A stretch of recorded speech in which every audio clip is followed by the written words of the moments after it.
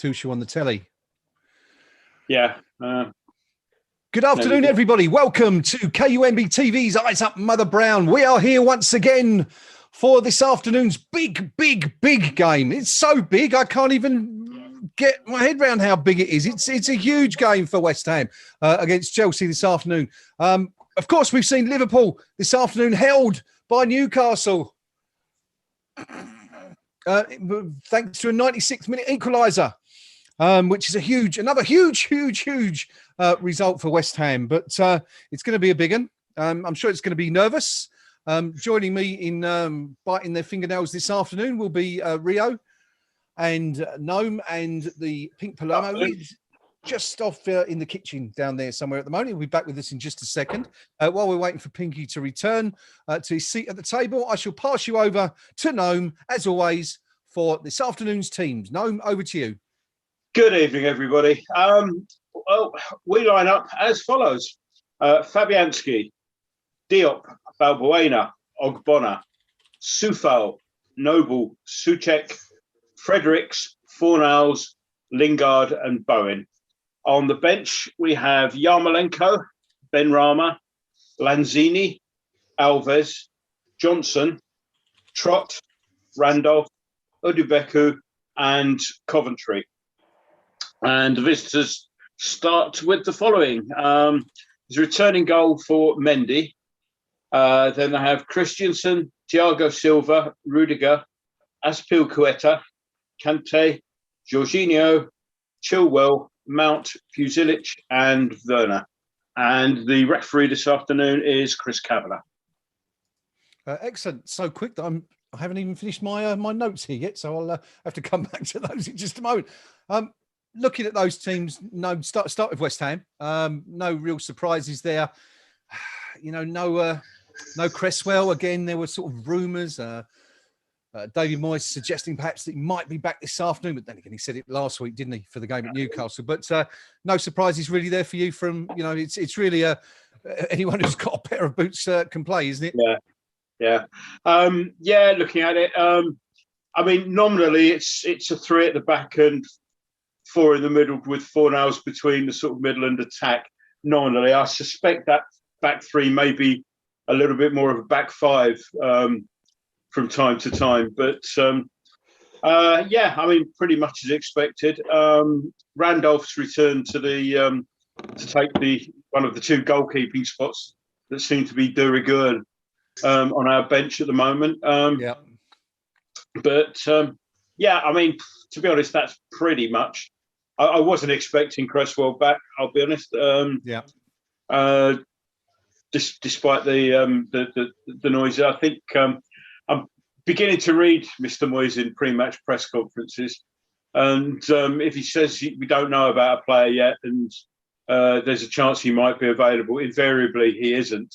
So that's how I took those comments. But good to see that Lingard was only just cramp.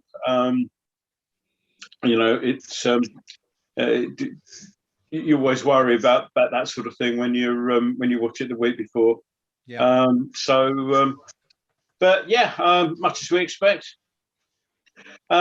Just for once, I'm pretty sure that nobody who outside Chelsea supporters will be wanting a Chelsea win today. Yes, well, we'll come to that in just a moment, I think. I think you're probably very right there. Rio, good afternoon, sir. How are you? I'm okay, thanks, mate. Nice to see you again. Yeah, you too. And looking absolutely resplendent, if I may add, in one of the new West Ham Iron Maiden shirts, I believe. Yeah, very much. A new Maiden away shirt, apparently. It kills two birds with one stone with me, doesn't it? I both get the West Ham in and the music in, so and it fits like a glove. Despite there's a few concerns on the forum that a more rotund gentleman it wouldn't suit, but I've had no complaints so far. I'm just looking at actually the sleeves on those. Are they quite wide sleeves at the bottom there? Well, I've got the home version, and I noticed it was a little bit tight, so I bought the size up. Yeah. And it's all right. nice little bit of room. I It is. like to have a bit of manoeuvrability, you know. Well, And also there's a little nice bit of detail there, which you probably can't see. No, what does it say? The old range is the dive with your boots on, which is like the range of the shirt they're doing, named after the song. But it's name checked very faintly on the sleeve, which is a nice little touch. I was also quite surprised to see the old badge on there as well, rather than the new one, in terms of the crest, anyway. Yeah, me and all. I think the furore over like certain fan groups using the old badge, was kind of forced on them by Maiden. Get a little bit of a wedge in there as well. So fair play to Steve Harris for getting a bit of the old school West Ham in there. Very much so, very much so. Pinky, how you doing, sir? Good to see you. Yeah, good afternoon. And I'm looking forward to watching West Ham have Chelsea running to the hills this afternoon. Oh. There you go. You don't get things like that on other channels, do you? Okay, thank you very much. What, Pinky, what are the chances of that, do you think? I think they're probably about as much chance of that as me fitting that Iron Maiden T-shirt that Rio's wearing. But, no, I mean, look, if any of us knew the result in advance, we'd never watch, would we? Nope. Never go to a game. You'd never bother. In fact, you'd just call it the Super League, wouldn't you? And be done with it. So very topical, let's not have any of that. You know, for my money, all the cliches trot out this afternoon. 11 against 11, and you never know. You know, we've seen Newcastle pick a point up against Liverpool today. You know, I think they're another of those Super League clubs. So I'm very much, in this sort of confident mode today that the bare bones, the sort of the last 11 we've got to put on the field, the bench we've never heard of. I mean, there are West Ham United diehards that I know that won't recognise a third of the names on our bench. I mean that's how threadbare the squad is. And for all the talk that the Baroness has been doing today about her opinions on the Super League, I'd much prefer she was using her influence on the two chairmen to fund our squad. Because just imagine if we miss out on European football for the want of a striker, for the want of a midfielder. And what an opportunity we have here. But we've got to go with what we've got. And I'll keep the powder dry till you do the predict the score. But we'll see. I want to look into the other guys' whites of their eyes first. Yeah, let's see who's up for it this afternoon. Yeah, who wants it? Right, we'll do that. We'll come back to that in a little while. Rio, we touched on the shirt. We didn't even talk football. Gnome's already mentioned it. Let's talk about it. Let's get it out of the way. European Super League. This time last week when we were going down 3-2 at Newcastle, no one knew anything about this. Absolutely blown up this week. What do you make of all that? It's very rare for me to say this, but Gary Neville got it absolutely spot on Sunday night, and Didn't he? fair play to him for highlighting it to the masses. It was an absolute display of greed, a massive power grab, a safety first measure. All it was to secure the bigger clubs more money, more exposure, and just protect their interests. It was a shameful attempt at it as well. It was absolutely disgusting. Yeah, trying to rip apart the fabric of club football across Europe. The 6 English clubs involved, especially, should be deeply ashamed.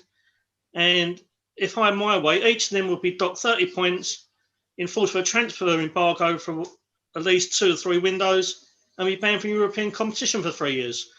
Obviously, we know that's never going to happen because apparently the Premier League is going to bow down to it and let them get away scot-free. Yeah. But, it's all about greed. The top 4 have been challenged over the last couple of years. I say the top 4. The so-called Sky Super 6. The pecking order's been disrupted. Leicester on the brink have been a force in the top 6 for the last few seasons. Everton on the resurgence. Dare I say it, West Ham on the resurgence. And the threat of them losing some money and dare I say it, being poor and not making European competition on a yearly basis, it terrified them. So it's all about power, greed, and money. That's all it is about. Yep, very much so. Gnome, Rio suggesting that he thinks they should be dock points. Of course, there was a club about 14 years ago who felt the fury of the Premier League after breaking the odd little rule or two here or there, were fined £5.5 million, eventually forced to pay another 25. I saw that, forced to pay another member club around £25 million following an out-of-court settlement. Or actually over a year later, wasn't it, in the end? But are you surprised that the league are taking no action? Or it seems that's the case anyway. Well, the only statement we've had from the league on that particular point was that they were looking at, and I'm not quite sure of the exact quote, but I'm fairly close to what they said was they'll be considering what sanctions they can bring under the existing rules. Now, I got into a rather pointless Facebook argument with some idiot who was convinced that, I mean, they may well not take action. That's one thing, but he was convinced they couldn't because, quote, no rules had been broken.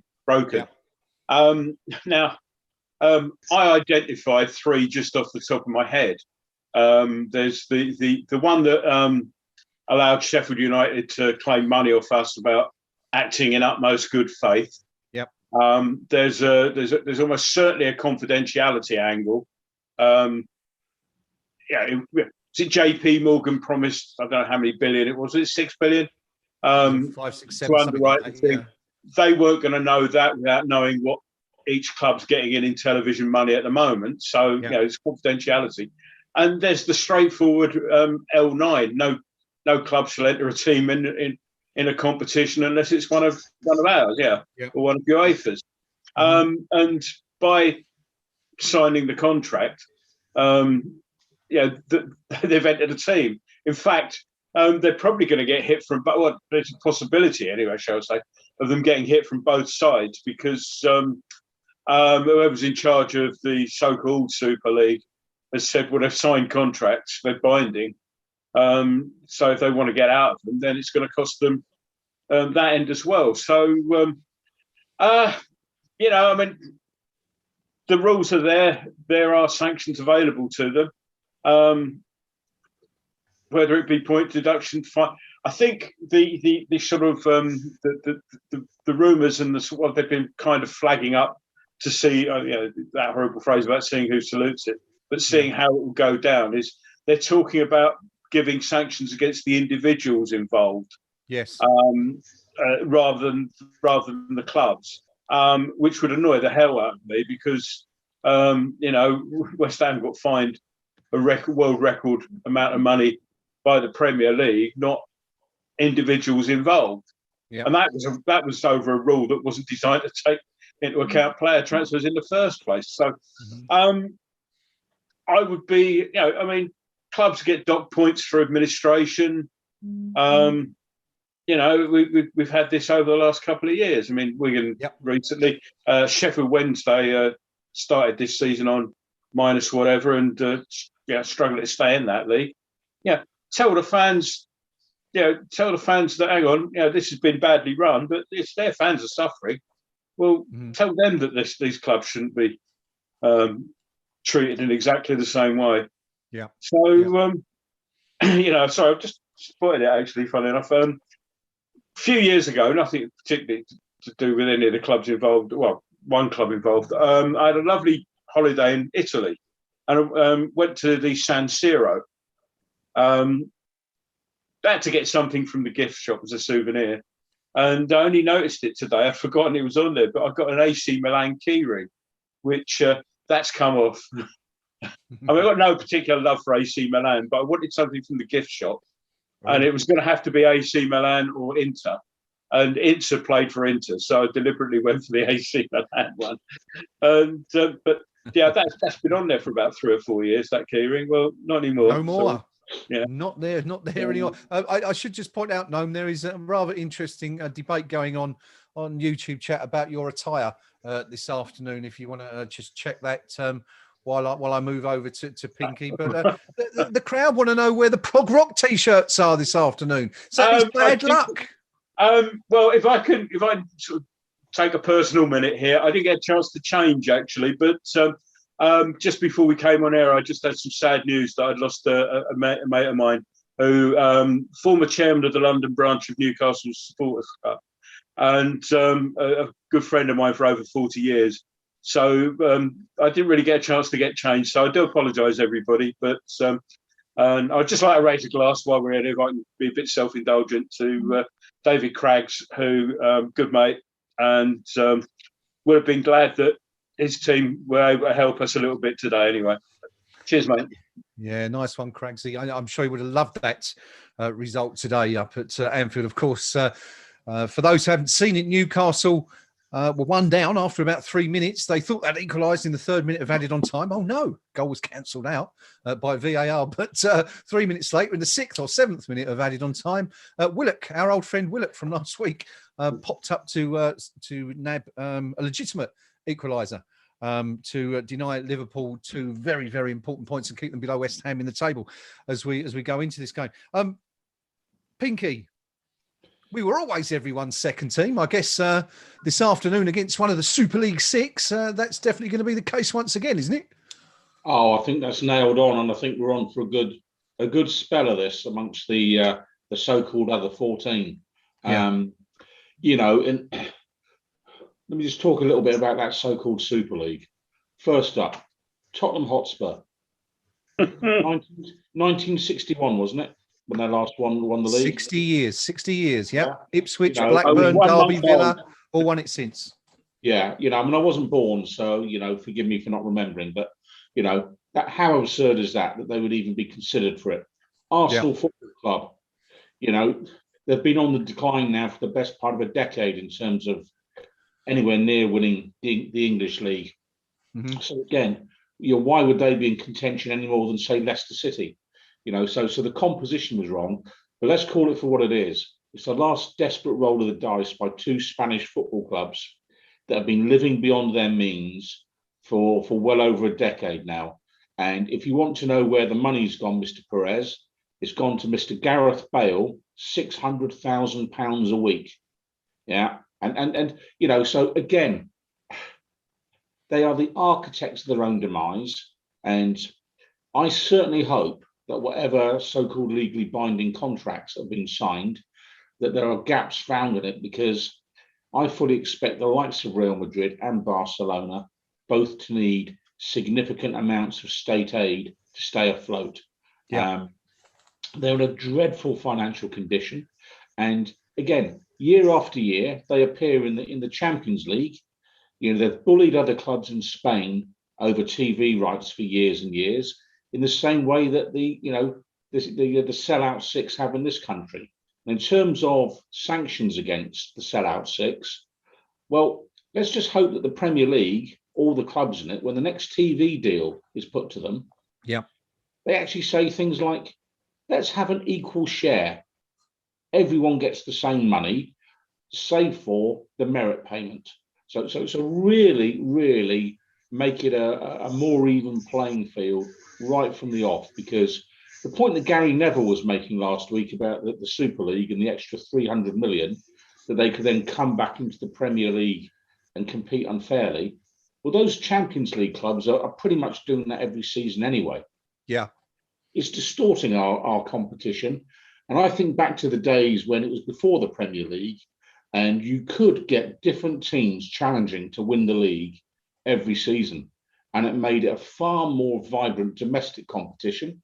And I think if you want to revitalise football, start doing things like that, because, to be honest, I don't care what some kid in China wants to watch. I hope they want to watch West Ham, because if they do, they're good people. Yeah. But do you know what? Satisfy your own customers first. And it's those that pay at the gate, those that go through the turnstile, and actually have a good competitive domestic league in every league in Europe. I'd like to see that. And I'd love to see an end to Barca and Real sort of winning it year in, year about, in Spain, an end to it happening in Scotland with Celtic and Rangers, So, I hope the Spanish clubs in particular get a massive, massive headache from this. So that's where I am. But what was the question you asked me? I was just saying that West Ham are going to be everyone's second team again, aren't they? That's the one. Yes. And you look at it this afternoon now. We're in 5th spot, beat Chelsea. Yep. who are in the box seat. You know, I mean, how nice it is. We've got 6 games to go. You know, Liverpool have only got 5 games to go, and we're a point ahead of them in the league table. You know, I'm looking down at, you know, Liverpool, Tottenham, Arsenal. I mean, they're all below us. You know, so where was our spot in the Super League? Where was our spot? And I know for an absolute fact, and you can take this as gospel, that everyone in Europe is desperate to see West Ham get into Europe. And I know this because police forces all over the continent are cancelling leave just by looking at the league table. And it can only be because they want to watch West Ham. Yeah? Naturally. What more proof do you need? Of course. Well, I mean, there's been plenty of people having their say, of course, on the whole European Super League idea this week, and it's been fitting many column inches and TV hours with the talk of what was going to happen, and then the whole failure of the whole thing. Another comment has been made today. One of our own, Karen Brady, has been commenting on the Super League today, and this is what she had to say via her Sun column that was published today. She said, the way to win a place must be on the field, not in a cabal of men in suits. I watched 4 of the 6 clubs involved give apologies to their fans and players for being part of the money cartel, and wondered where the apology was to their colleagues in the Premier League, as well as all of our managers, players and fans. The crime was great. All 6 clubs pretended to be working for the best interest of the Premier League. They were plotting to destroy. No wonder UEFA President Alexander Seferin called them snakes. At last Tuesday's meeting of the other 14 clubs, I can assure you they were called worse. Shocking stuff. So many can see that they have breached the chairman's charter. The rule says executives and clubs have to act in good faith to one another. Trust has been vanquished. In future, how could my board ever ask one of them to represent the best interests of the Premier League and West Ham on a committee or working group? And finally, Karen wrapped up by saying the nastiest taste must be left by the owners who, having failed to consult or even tell their managers, players, employees or fans in advance of their plans, they left them to answer the bitter questions that immediately followed. And she finished by saying, that's no way to treat the people you should value the most. Sorry, failed to consult. Karen is complaining about other clubs not consulting their supporters. Pot, kettle and black. Absolutely shameless comments from our vice chair there. And I'm sorry, you know, in terms of any sort of moral high ground and respecting other clubs and supporters, well, where was the respect we were showing Eintracht Frankfurt when we weren't paying our bills to them on time? Just as one example. Where was the consultation on the ground relocation to any meaningful degree? You know, she is the last football club executive that should be commenting on this, full stop. Okay. Well, whether she's the last or not, she has commented, and that's what she had to say via the sometimes controversial, and he said the wrong word there, controversial Sun column. I think that's what they call a Freudian slip. West Ham CEO Karen Brady commenting on the European Super League earlier today. Let's move on. Rio, today, Chelsea, is a draw a bad result for West Ham? Not at all. I mean, in essence, we really do need to win if we want to cement the top 4 place. But given what we have at our disposal, what Chelsea have at theirs, a draw won't be a disaster by any means. I just hope that in a really strange season where we're doing the most un-West Ham-like things, today we can upset the form book, upset the expected form book, and really stick it to these lot today. Because, you know, just harking back a little bit to the Super 6 thing, Chelsea 30 years ago really didn't exist. Since the advent of Abramovich, you know, they've gone from a yo-yo club, pretty much like ourselves in the past, into a bit of a superpower. But it's all fueled by money from dubious sources, and it's unnatural, isn't it? It's unnatural. Okay. Because Rio, let's go and kick off. He's only a couple of minutes away, so let's do the predictions now. Rio, what are you going to go for? I'm going to hope. No, actually, I'm going to be a bit realistic. I think we're going to lose 2-0. I just think everything's caught up with us now. We've got too few options at our disposal. looking at our bench now, I'm just surprised that David Martin isn't the third keeper on there. We've got so few options. And Pinky said that one of his loyal, most trusted, regular attending friends doesn't know who half the players are. I don't think David Moyes knows who half the bench are, to be honest. Okay, 2-0 for Rio. Gnome, touching on that first of all, Spurs are coming up close on the rails, are now only 2 points behind us. Given that and the fact that Liverpool have also drawn today, is a draw the worst result for West Ham, or would you sort of be reasonably happy with that, given how Chelsea have been playing of late? I'd be happy with it. Less to do with how Chelsea have been playing, more the fact that we're what's the old phrase? Bare bones, With the resources we've got, a draw against most teams in the league at the moment would be a decent result. To keep some form of sort of momentum going, really. It is bare bones. I never expected Cresswell to be back. Masuaka's got fluid on the knee. I mean, that might well be an end of season job. We're just taking the knee now, by the way. So everything's stacked against us. So I'll go for a gutsy 1-0 win to us. Oh, love it. Bit of optimism. Pinky, how about yourself? Yeah, well, I mean, you asked, Rio, if a point would be a bad result. I would say a point away from home is never a bad result. Yeah. And for those of you who say we're at home today, no, we ain't. You ain't been paying attention the last 6 years if you think that. But no, I'm with Gnome here this afternoon. I'm going for a famous West Ham United win, 1-0, and stranger things have happened. So yeah, I'm backing us to win this today. Okay, good stuff. 2-0 defeat, says Rio. Gnome and Pinky both going for a gutsy 1-0 West Ham win. I don't know on this. I think, we've just kicked off, by the way. I'm going to go for a 3-1 defeat because I'm not sure we can. We've got the personnel to do it, but things can only get better, I suppose, if you look at it from that perspective. Stephen Daltrey going for a 2-0 Chelsea win. Dave O'Rourke a 2-1 West Ham win. Richard Van also going for a 2-1 West Ham win. Good stuff. Alexander O'Malley. No, sir, it is not sausage sandwiches all round this afternoon. It's bonbons, toffee bonbons. Look, I don't think I'll get much chance to eat those because they'll get between my teeth. But what's Pinky eating? Onion bargies. Rio and Gnome, before we get into the football, are you treating us with any culinary delights this afternoon? No, I've not got anything sorted out. As I say, it's been a bit of a strange afternoon, so food hasn't been uppermost on my mind. Fair enough. Good stuff. Well, we just are underway. Beer and a cup of tea. Beer and a cup of tea for Rio. There we go. Liquid lunch. Good stuff.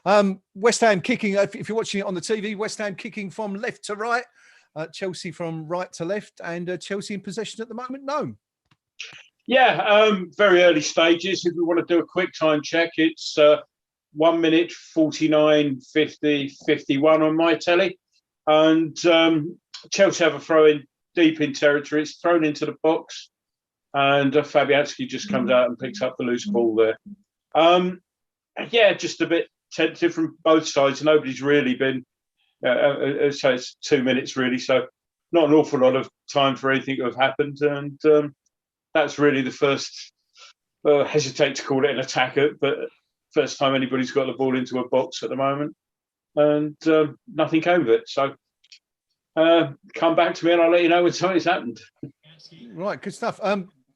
Rio, Fabianski, anything to prove this afternoon? Of course, he came out, held his hands up after that mistake at Newcastle last week. Most of us thought he was, didn't really have to make an apology, given how good he's been for West Ham since he moved to the club. But, do you think he might be feeling he owes us something?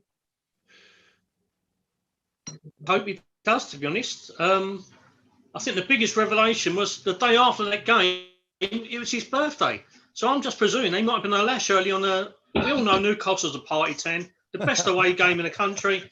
He's probably been a lash all morning, hasn't he? Yeah, there he was. That's the only thing I can explain. On the Polish vodka, no doubt, Fabianski. But brilliant goalkeeper for West Ham over the years. Pinky, a couple of weeks ago, you said you thought Rice might be back for this one. Hasn't quite made it, unfortunately, but Mark Noble back in there instead. Yeah, and again, we're looking to our longest serving player having to do another turn for us this afternoon. You've got to go with what you've got, and I say it every week. The most endearing thing about David Moyes is he doesn't give us the what chance have we got? I'm down to the bare bones routine. He picks the best team from what he's got available, and gets on with it. And we've had a certain other manager in the past that would be whinging about his squad from September. And Moyes he's got on with it. Nobes today. Well, who knows? A 92nd minute penalty. Who would you rather have take it? There you go. Yeah, no question. I think. Gnome, we have had our first effort of the game. First effort. Mount found some space on the right, pulled the ball into the penalty area where Werner had actually pulled away from the retreating defenders. Probably ought to have done a bit better with that, but couldn't keep the shot down. Went over, so still 0-0. But Chelsea now beginning to exert a little bit of pressure as we've fallen very deep, and I think this is going to be pretty much the template for the game for the rest of the game, really. Yeah, I mean, I was going to come to that actually, no, because we struggled a bit, didn't we, at Newcastle last week? They kind of played us at our own game. This is going to be much more, in your view, a sort of more traditional West Ham game under David Moyes. Yeah, although it would be better had we got more of a first team available to do it. But as I say, that Bowen comes away with the ball now, picks on a loose one, is looking for a bit of help. He's still got the ball. It's been a long run, and he's got to the edge of the box now, but he's running down blind alley a little bit. Soufel's there in attendance, but it's gone all the way back now to Noble. So, I mean, it would be suited this to our counter-attacking game, but I'd just rather we had a few more of the regulars able to take advantage of it. And Fornals just tries to get onto the end of a throw, but it goes harmlessly out for a goal kick. There you go. One player not out there today, of course, is Craig Dawson, who is suspended, having been sent off against Newcastle last week. Craig Dawson's old club, Watford, Pinky, are back in the Premier League next year following their win today. So I think that's Norwich and Watford confirmed as Premier League clubs next season. So much of a muchness, really, I suppose, as it stands.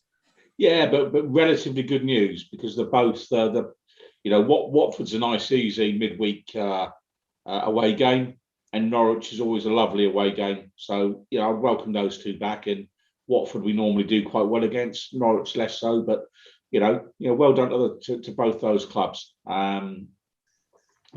Hopefully Brentford can pull something out of the bag, and we barely have to get off the Oyster card to go for away trips next season. So as if we're going to any games next season. You're not hopeful?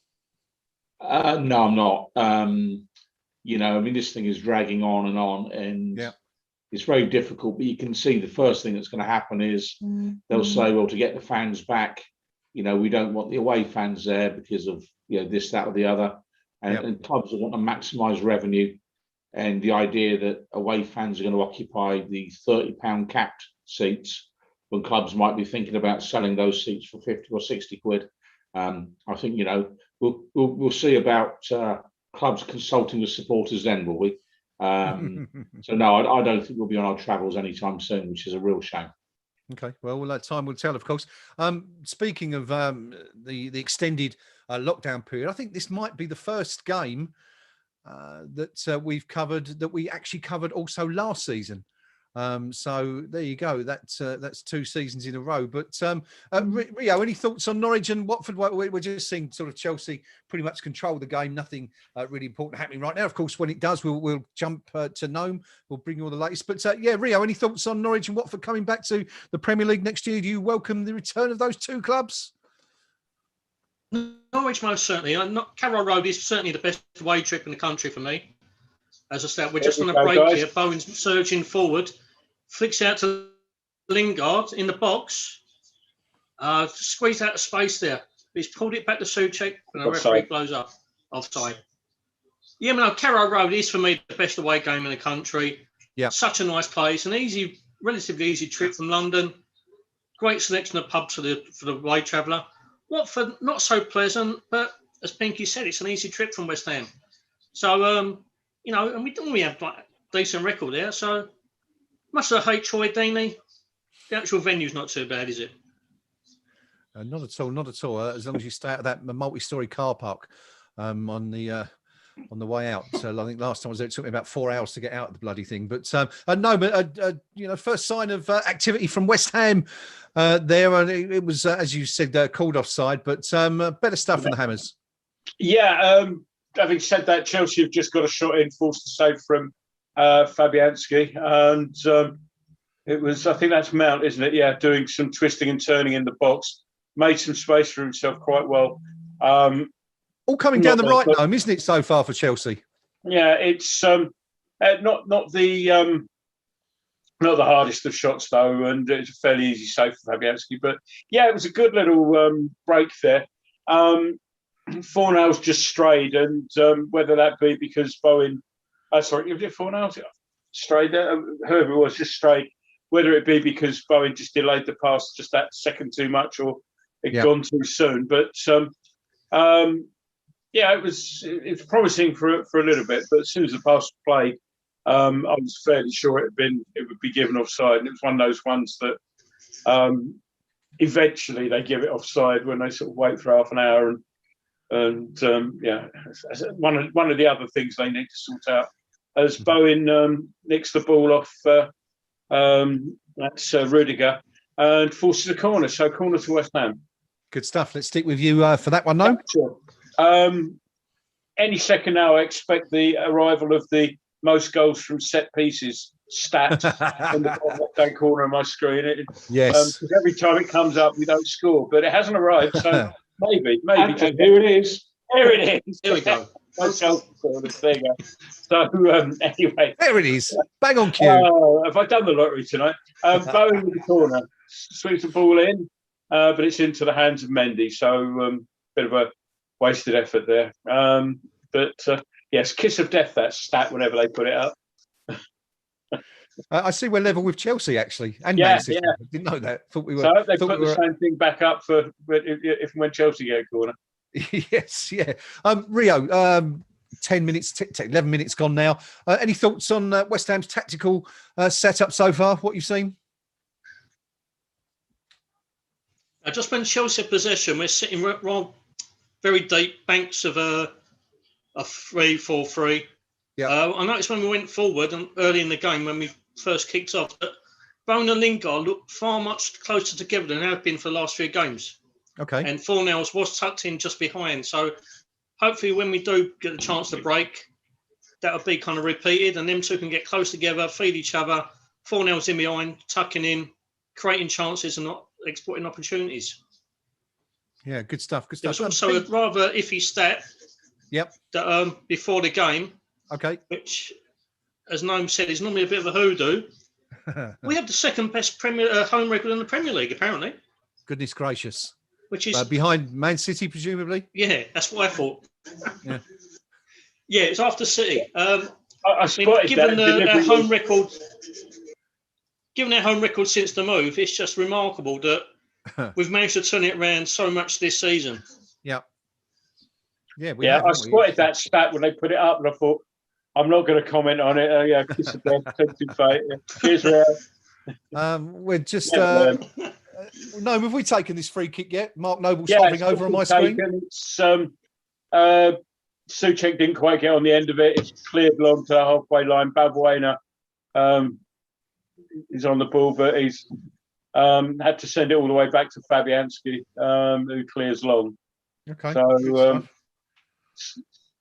Souček jumped for it with a defender. Neither got it. Defender went to ground. Free kick. See anything in that? All right. Pinky, sorry, no. Sorry, I've cut you off there. Yeah, that's all right. No, that's it. Oh, okay. Sorry, my apologies. Pinky, any thoughts on the Noble Barnet this afternoon? Just like flailing in the wind there? Yeah, I mean, he needs a trim, but you know, the tint, he's got the tint just right. You know, he's filled in all the bits. You know, I've seen those adverts and what have you. But no, I mean, you know, when we're out of possession, we're sitting deeper than an Indonesian submarine this afternoon, which is a worry. You know, because with Mount in their sort of main attacking creator, I think he could do a lot of damage, and I wouldn't want to be defending too close to the box. Let's put it that way. Yeah. But at the other end of the pitch, I think we look reasonably lively. I think Rio's called it right. Lingard, Good ball. and Bowen much closer together, and Thorne behind them. So, you know, the manager trying different things, seeing what works, seeing what doesn't work, and you never know. You know, I mean, this is a good Chelsea team. You know, let's not forget, you know, this is Frank Lampard's Chelsea. I mean, forget the German fella that's drifted in. You can see the quality of Frank Lampard's coaching that's gone into this Chelsea team. Not much. You know. Yes. Yeah, poor old Frank. No, was that a shot from West Ham? Was that a shot from Lingard? Sure. It was a sad end actually, but it was a very good move from Fredericks. Sorry, some very good defending. Hang on, I'll come back to that because that's Werner's got into position in West Ham filtering back, and that's all pulled back, but it's again hit straight to Fabianski. So that was Pulisic, him. But again, they're good at finding space in the box. Pulisic, I noticed Werner pulling back there, and Pulisic did the same. But the West Ham move we were talking about, some good break-up defensive work, some nice interpassing. I think it was Souček played a lovely ball inside the fullback for Fredericks to get onto. Fredericks got down the line and cut into the box, but Bowen was in the box, and Fredericks elected to. Well, if it was a deliberate shot, it was awful, and if it was a slice, it was awful. So nothing came of it, but went out harmlessly for a goal kick. But the approach, the build-up move before that was excellent. Yeah, certainly was. Good stuff for the Hammers, and we need to see a little bit more of that going forward. We're a quarter of an hour in. It's West Ham United 0, Chelsea 0 at the London Olympic Stadium. Binky, we just saw a little shot of Bruce Buck in the stands there a couple of minutes ago. He seems to be the villain, one of the villains at the centre of the piece as far as the European Super League is concerned, and Chelsea fans have called for him to go. Willie? You must be joking. Bruce Buck doesn't know what day of the week it is. I mean, you know, I'm not being funny. He's the only club chairman that will have to show his ID to get into his own club that he's the chair of. You know, I mean, I'm sure he's a nice man and all that, but he has as much say in what goes on at Chelsea as I do what goes on at West Ham. You know, so that is the classic cop-out by Chelsea supporters. Yeah. Rather than address the real problem there, which is their paymaster general, you know, the Russian gangster, you know, and so forth, the bloke that attends matches when he was allowed to, with people walking beside him carrying guns, which I have seen personally, heading into Chelsea Football Club. So that will tell you the sort of bloke he is. He's the problem there. If their supporters want to be honest, he was the one that should be going, not Bruce Buck. Bruce Buck is, you know, frankly, without being rude, nobody. And it's that sort of dishonesty that allows the European Super League to form as an idea, and then into a concept, and then into a plan. And Chelsea fans, they've just copped out there completely.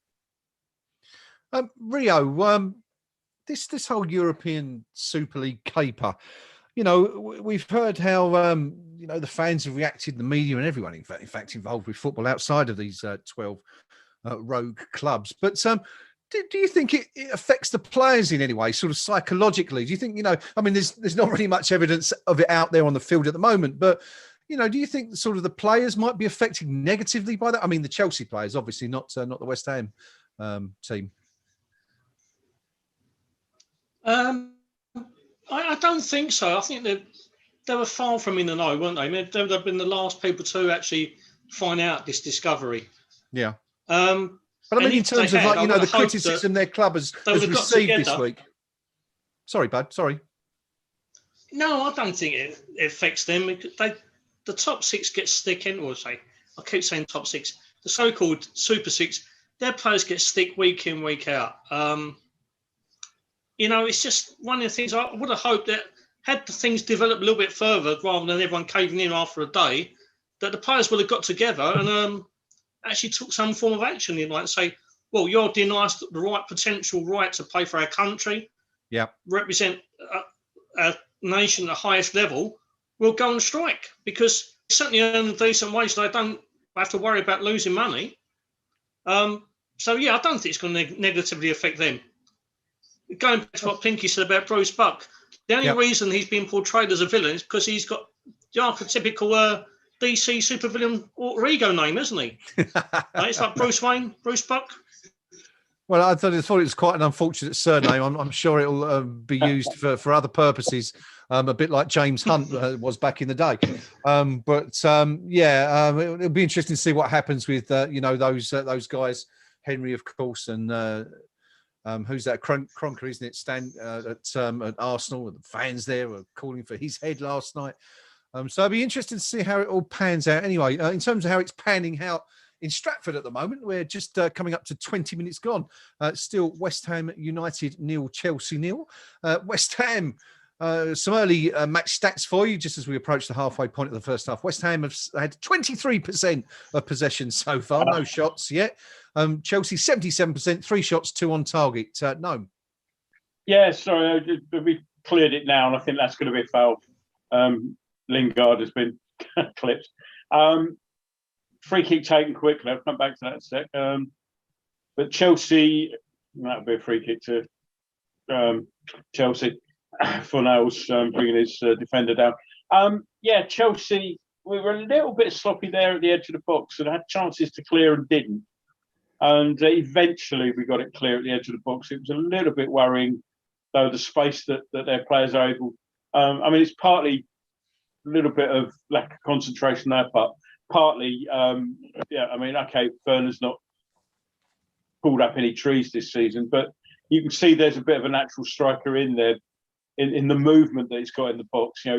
He doesn't always run towards towards goal. He hangs back, and same with Kozilic. We need to be a little bit aware of the fact that they're that good.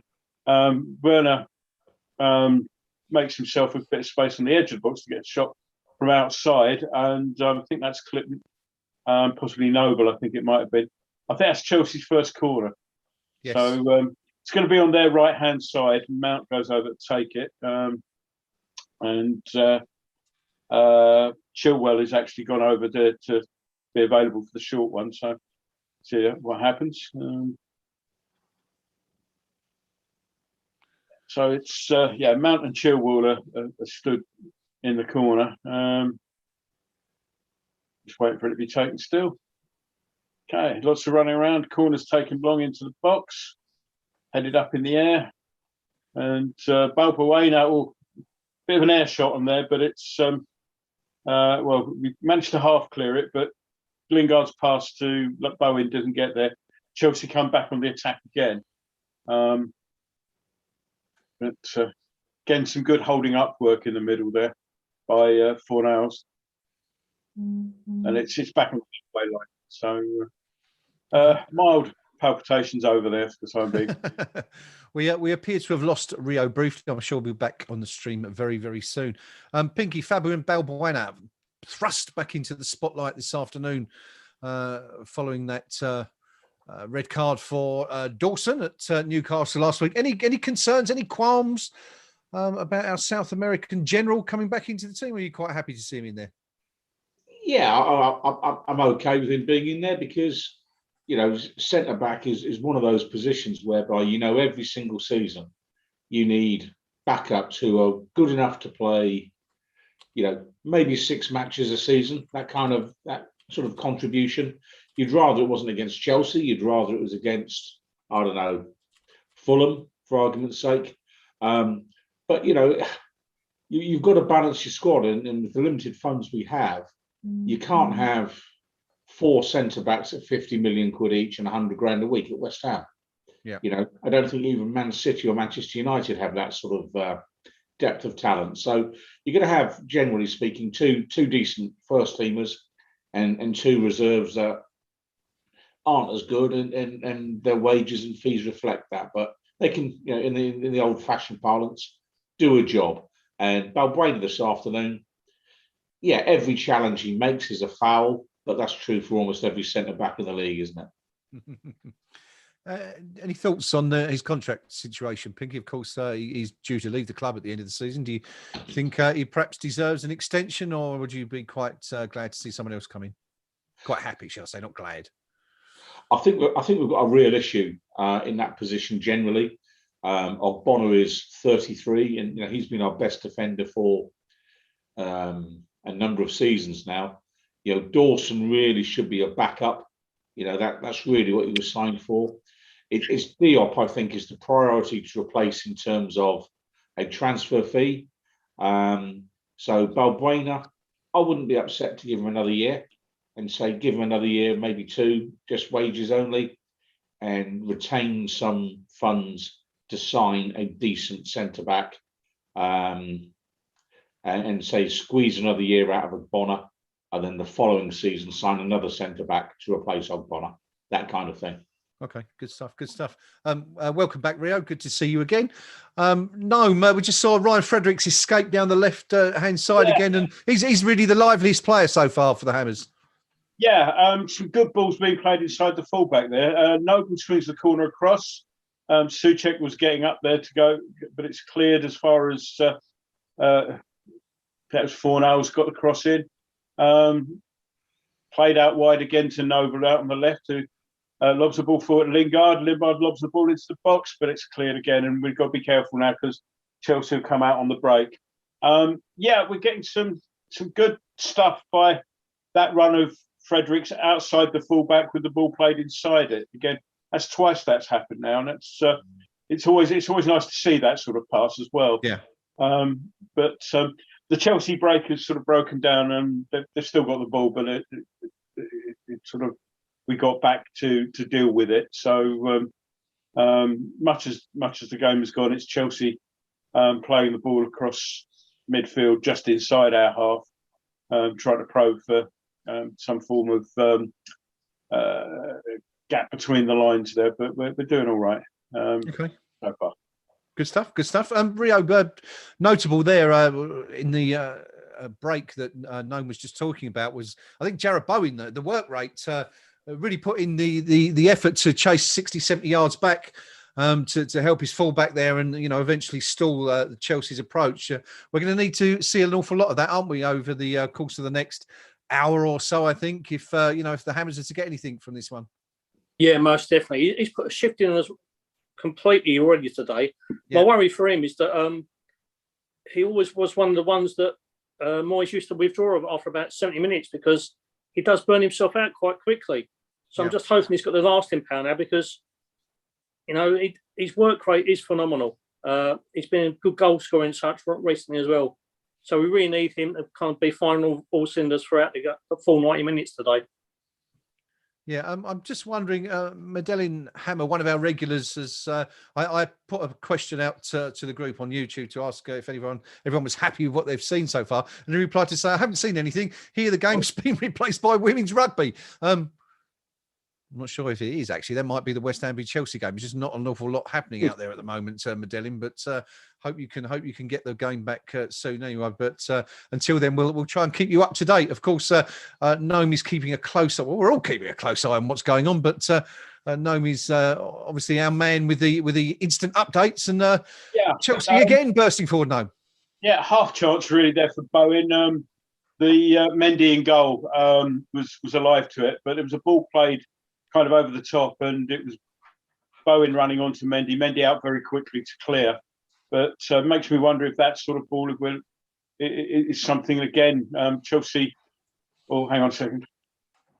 Well, that was a good run from Puzic into the box, but we managed to get goal side, feed it back to Fabianski, who could clear again. So good little bit of skill from Puzic there. I think he nutmegged.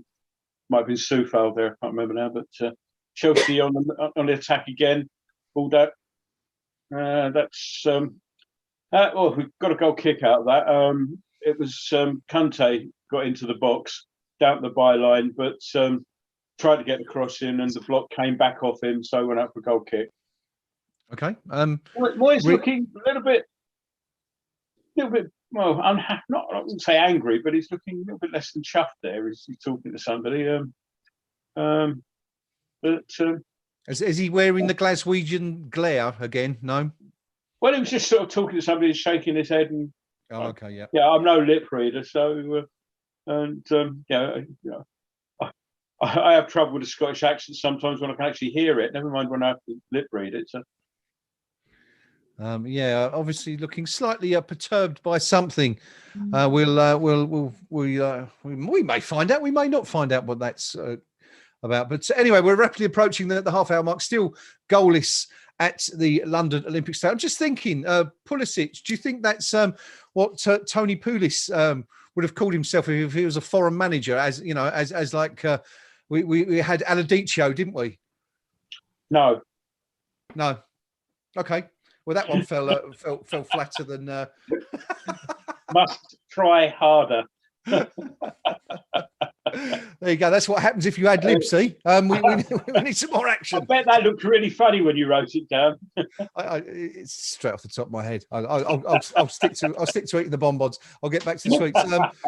West Ham looking to attack down the left again, but it seems very much, Rio, that West Ham's best work is coming on our left side, and Chelsea's is coming on their right. So, the far side, I guess, away from the dugouts is where all the action is so far in this first half.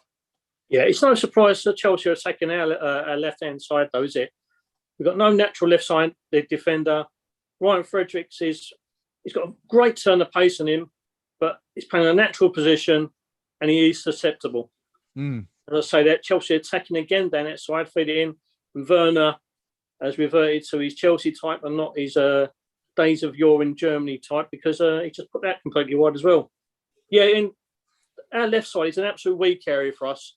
It's no wonder teams are going to exploit that. As for us, we've got going forward, we've got a wealth of options, because Lingard can drift out that side. Fornell can drift out that side. Bowen drifts out that side. So it's no surprise. And to be honest, as per the quote at the two Chelsea fullbacks, he's the one to target for me. Well, we certainly have done so far, but we'll see how that goes on. We are past the half-hour mark now. Still no goals in this huge London derby in terms of the race for a Champions League spot. Pinky, we were saying last week that, we might potentially be able to catch Leicester, who've got a pretty horrendous running. But, there's sort of a 4-point gap opened up between the Foxes and West Ham and Chelsea again now. Do you think that's possible still?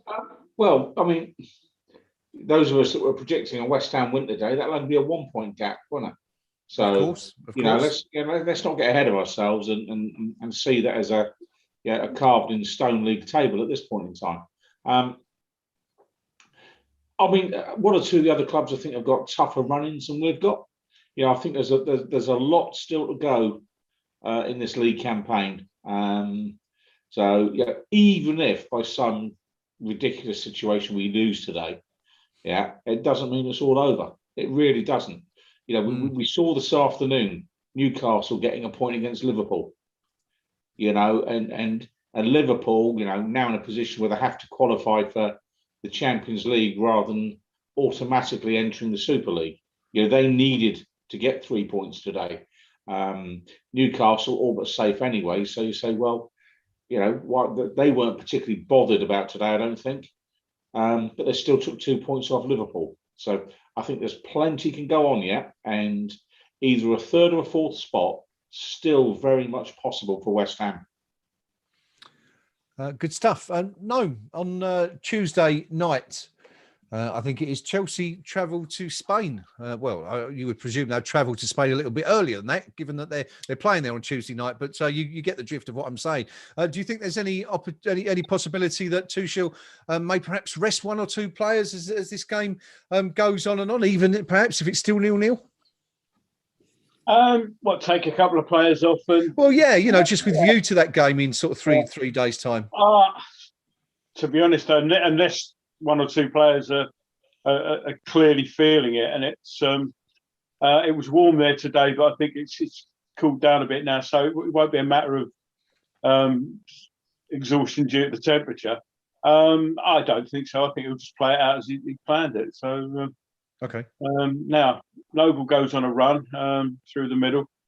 Ball's out now wide with Soufal. Soufal gets the cross in. Bone was teeing up for the header there, but Chelsea managed to get it clear.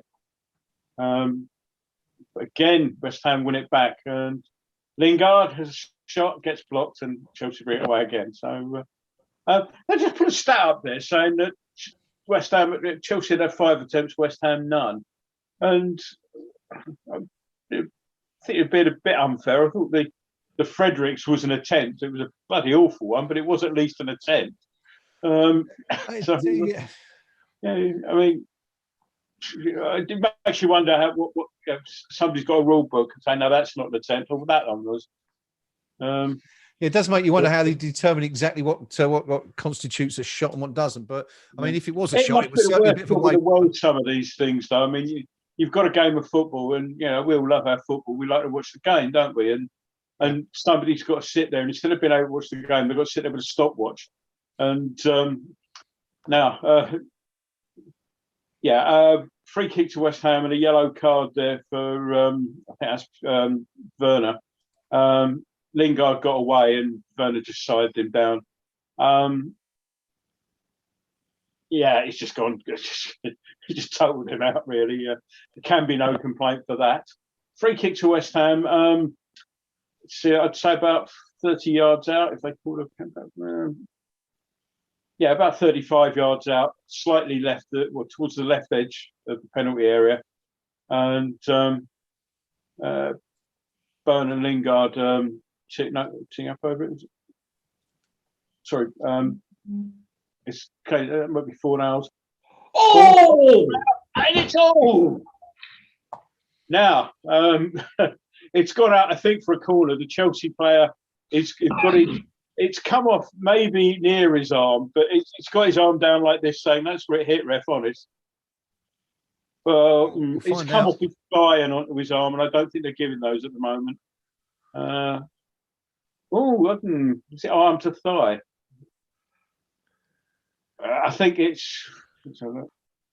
I've seen them given. Will there be a check? This is the question. Well, they've VAR'd it, and it's been given as a corner, so I think there's enough doubt there. But short corner taken by Bowen. Back to Bowen now, who's got himself into the box, tries to get a shot in. Bit of a waste of the corner there. Ball played out wide into the box and headed down there, but Balbuena can't really get any power or direction on it. It goes out for a goal kick. Pinky, VAR looked at it. Yeah, I got the feeling you thought we was a bit unlucky not to get anything from that one. Yeah, I mean, who knows exactly what gets given as a penalty these days? The more decisions they have to make, the harder it's becoming for them because they're boxing themselves in gradually. But to my eyes, that looked very much it came off the Chelsea player's arm onto his thigh, and to me, it's. I think we're way past the point of it. Is it deliberate or not? It's just if it touches the arm, they're generally getting given. So I think maybe some grounds to complain there, that's for sure. But the more positive thing for me, the last 2 or 3 minutes, we're playing the game in the right end of the pitch, and who knows what 7 or 8 minutes to go to half time. Nick a goal now could be very interesting in the second half. I've got some slightly disappointed because we're usually 3-0 up by this point in recent weeks. But I suppose we'll have we've to got a corner. No. Yeah, we've got a corner again. We kept the pressure on, and Bowen got down to the byline and attempted cross rather was blocked. So we got a corner. The penalty thing, I think his arm was close enough to his body for them not to give. But it's one of these things where you've got a 2-tier system. If that had been a forward and it gone in off his arm, that wouldn't have been given. Bowen with the corner. headed away from underneath Mendy's arms. Chelsea headed away, but it's Soufal has it now. He plays Bowen down the line. Bowen's looking for a bit of help there. Played inside now to Fornals. Soufal again looking to give it to someone. And runs out of options, and I think West Ham get the throw in for that though. So we've still got the ball. Okay. Just one thing, while we're waiting for something to happen there, Rio, I've noticed that Chris Kavanagh and Thomas Souček have been deep in conversation quite a lot over the course of the last few minutes. What do you think that's all about? I think they're discussing hairstyles, because I can't imagine the conversation is pretty much free flowing, is it? I don't know how Kavanagh's check is. I just think there's a little bit of niggly going on there, particularly from set pieces. And I think Thomas might be having a little word in his ear, and Kavanagh's probably telling him to do one. That's the way it goes at Premiership level referees, isn't it? Yes. No. What's the view on Chris Kavanagh? Are we a fan or not? He's one of those non-entity ones who. That's a good thing, right? Well, it's just not very good, sort of thing. But he's not a Mike Dean, which is deliberately awful. How can I sort of do things? You just don't really trust him to know what he's doing. There's an interesting stat. Last 10 minutes possession, 60% for us, 40% for them. So, reflects that we have been pushing forward a lot more, as I say, last few minutes. Said that Chelsea hoof it away, and that will go out eventually for a West Ham throw. But where are you on your time right now? Where are you exactly? Just out of 14, interest. 11, 12, 13, 14. Okay. All right. It's just I've seemed to have caught up by a few seconds. I've just refreshed my stream, and I'm only about 10 seconds behind now, as opposed to the regular 20 or 25. So that's good stuff. We've but got a player go down there, and I don't quite know why. Just Chelsea brought it away on the break, whether or not it was clipped or not. But Chelsea have got the ball. It's back on the halfway line now, so I don't. Fredericks, I think. Yeah, Fredericks. I know he got clipped. He's at his back, and he's hobbling back now. But Lingard, is it? So, yeah. So, good interception from Ogbonna there. Now Lingard's clear and fit again. He's running. He's been hauled back. Come on, ref. How many more of those are you going to let him get away with? Yellow card again. It's the Liverpool tactic. If 4 or 5 different players do it, then 4 or 5 different players get yellows. No red. It was lovely turn from Lingard. He got away from. Who's that? That's Christensen. Christensen's lucky to actually not be done a little bit earlier on, because he body checked Souček a bit earlier on, and he was given the benefit of the doubt on that. But that was clear and cynical.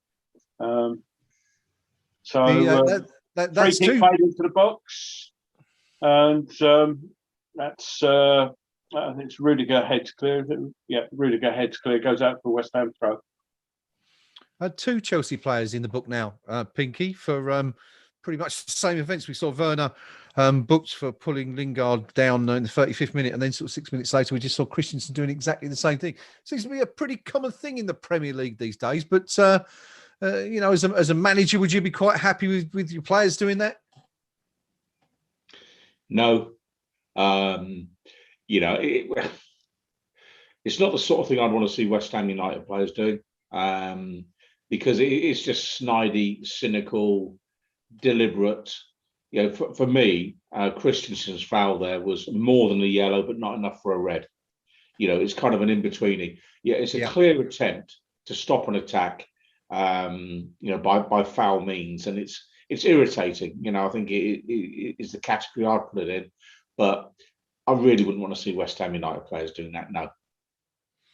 No. I mean, I've always said it's a Liverpool tactic. Number one, if you watch the Newcastle game today, 1-0. Sorry, 1-0 Chelsea. What a time to concede. Yeah. 2 minutes before half time.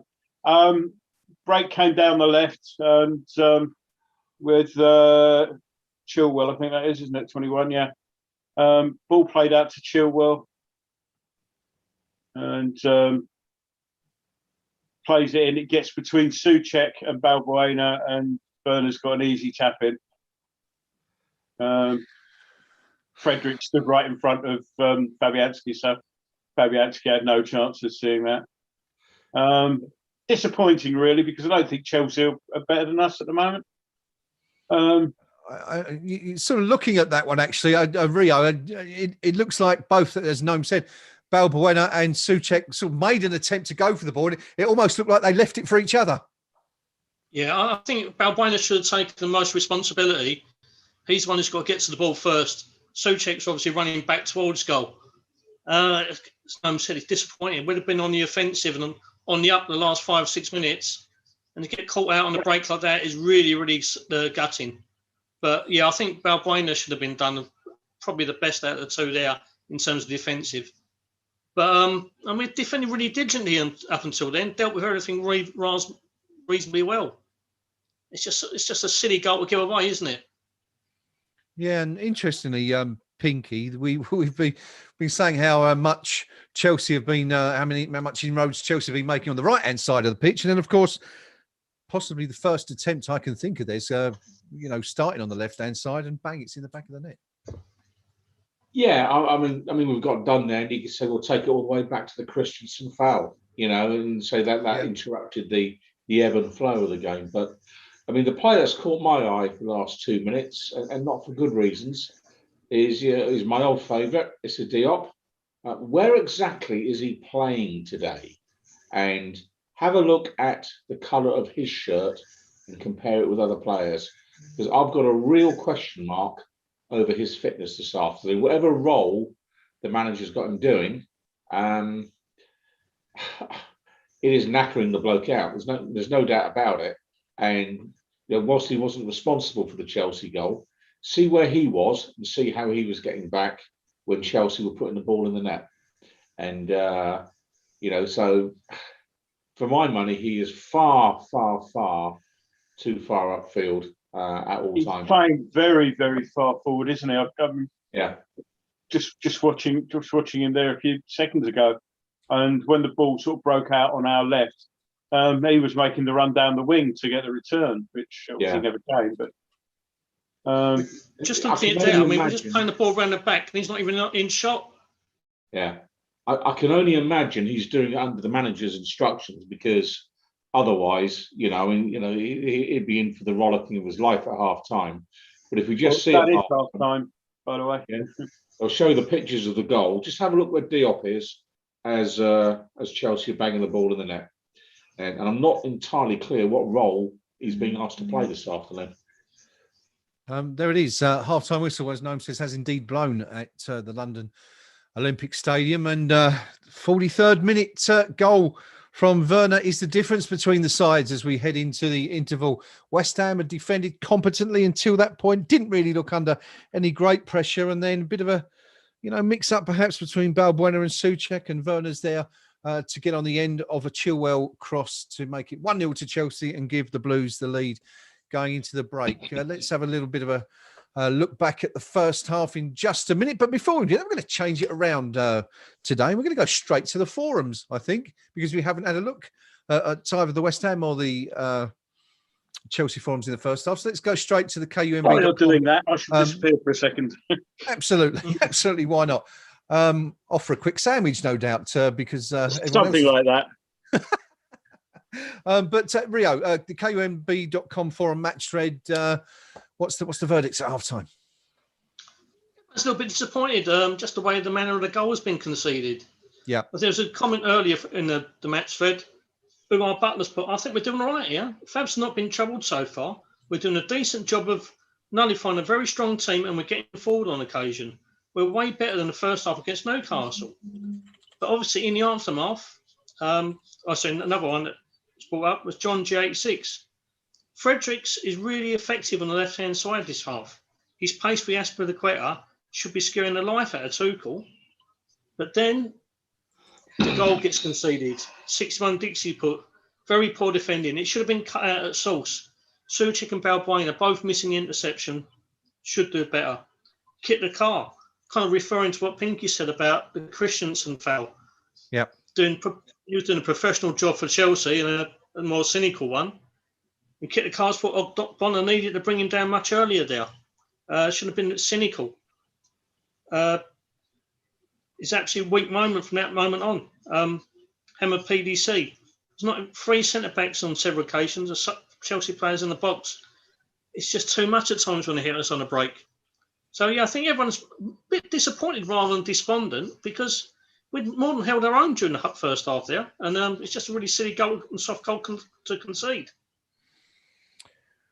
Yeah, good stuff. Okay, well, hopefully the mood will lift in the second half as the game progresses, but it's a lot of disappointment about at the moment, and understandably so. But there won't be much disappointment coming out of out of West London right now, Pinky, and you are keeping an eye on our Chelsea forum this afternoon.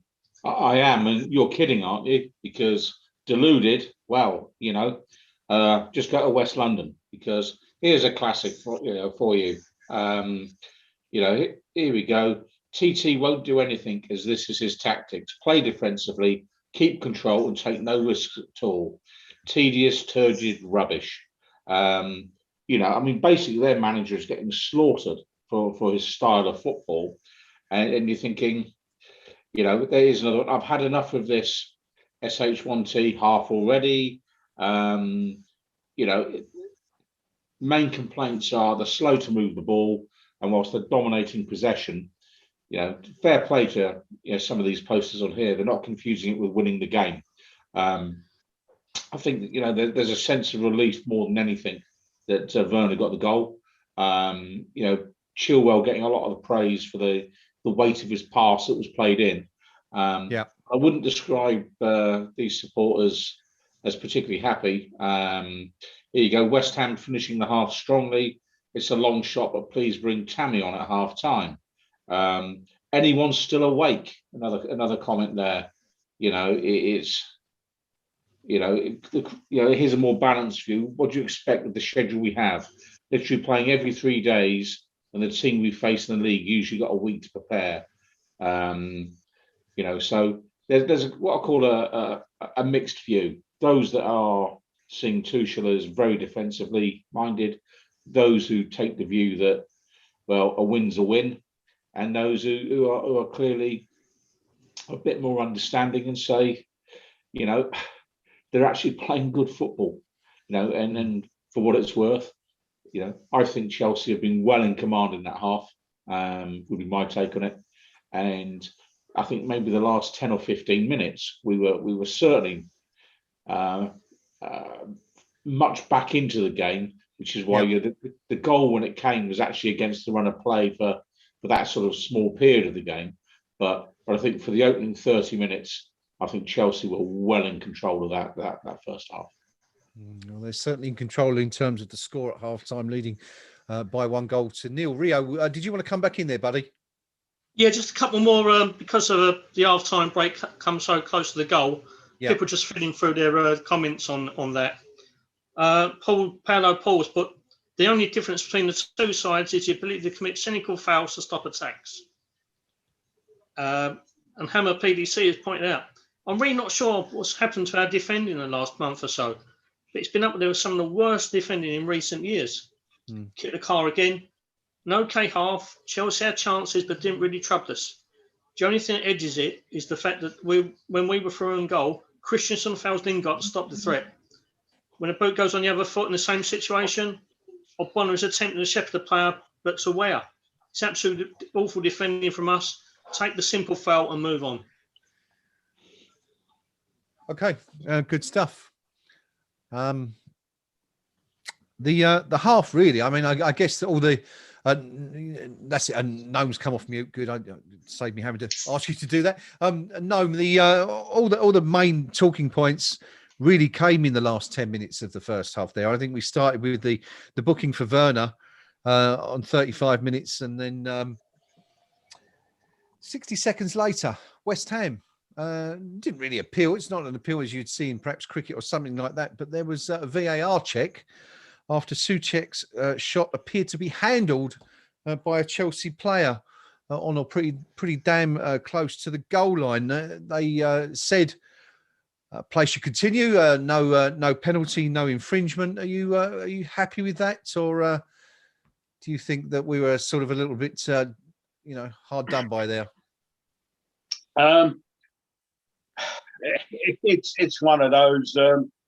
It's not the sort in general I like to see given as a penalty. To put it that way. You actually, sorry, no, but you made a really good point, and I think it's worth repeating that if it's a defender, more often than not, they'll get away with it. But if the goal was scored by a striker and that happens, then he's likely to get pulled up. The current interpretation of the law of the game is such that you have a two-tier penalty system, a two-tier infringement, or else it's a tack handle. It's not a penalty, but we saw today in the Newcastle Liverpool game when it looked like Wilson had equalised. Now, Wilson's no stranger at handball, as we well know at cost. But what had happened with that one was that he got into the box and the ball was kicked against his arm, which was down by his side. It wasn't an unnatural position.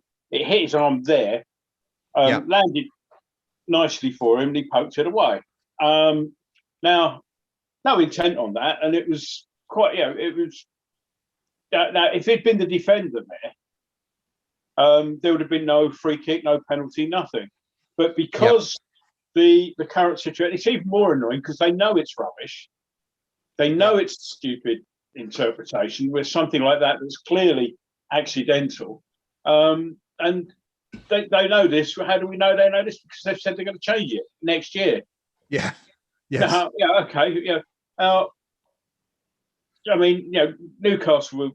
Quite apart from everything else on that one, the Newcastle, it was also should have been given as a penalty anyway, because well before Wilson handled it, there was a shove in his back. But that's by the by. But you've got a two-tier thing. They know there's something wrong with it because they're going to change it. But next season, well, that's no use to Newcastle, who, as it happens, they did get a deserved equaliser a minute or two later. But it was no use to us at that point.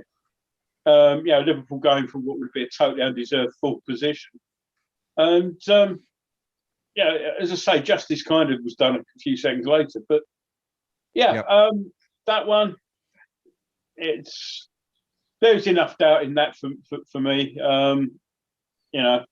As long as he's consistent and, if it happens up the other end, he gives the same decision, then fair enough. That the worry is that he won't. And, But okay, well, we shall see. But more importantly, the team on the live chat on YouTube seem to be rather happy because you've changed your clobber over, and we're now sporting a prog rock legend. It's sort of a double tribute, obviously. I mentioned Craigs earlier on. We went to a lot of gigs together, very similar taste in music.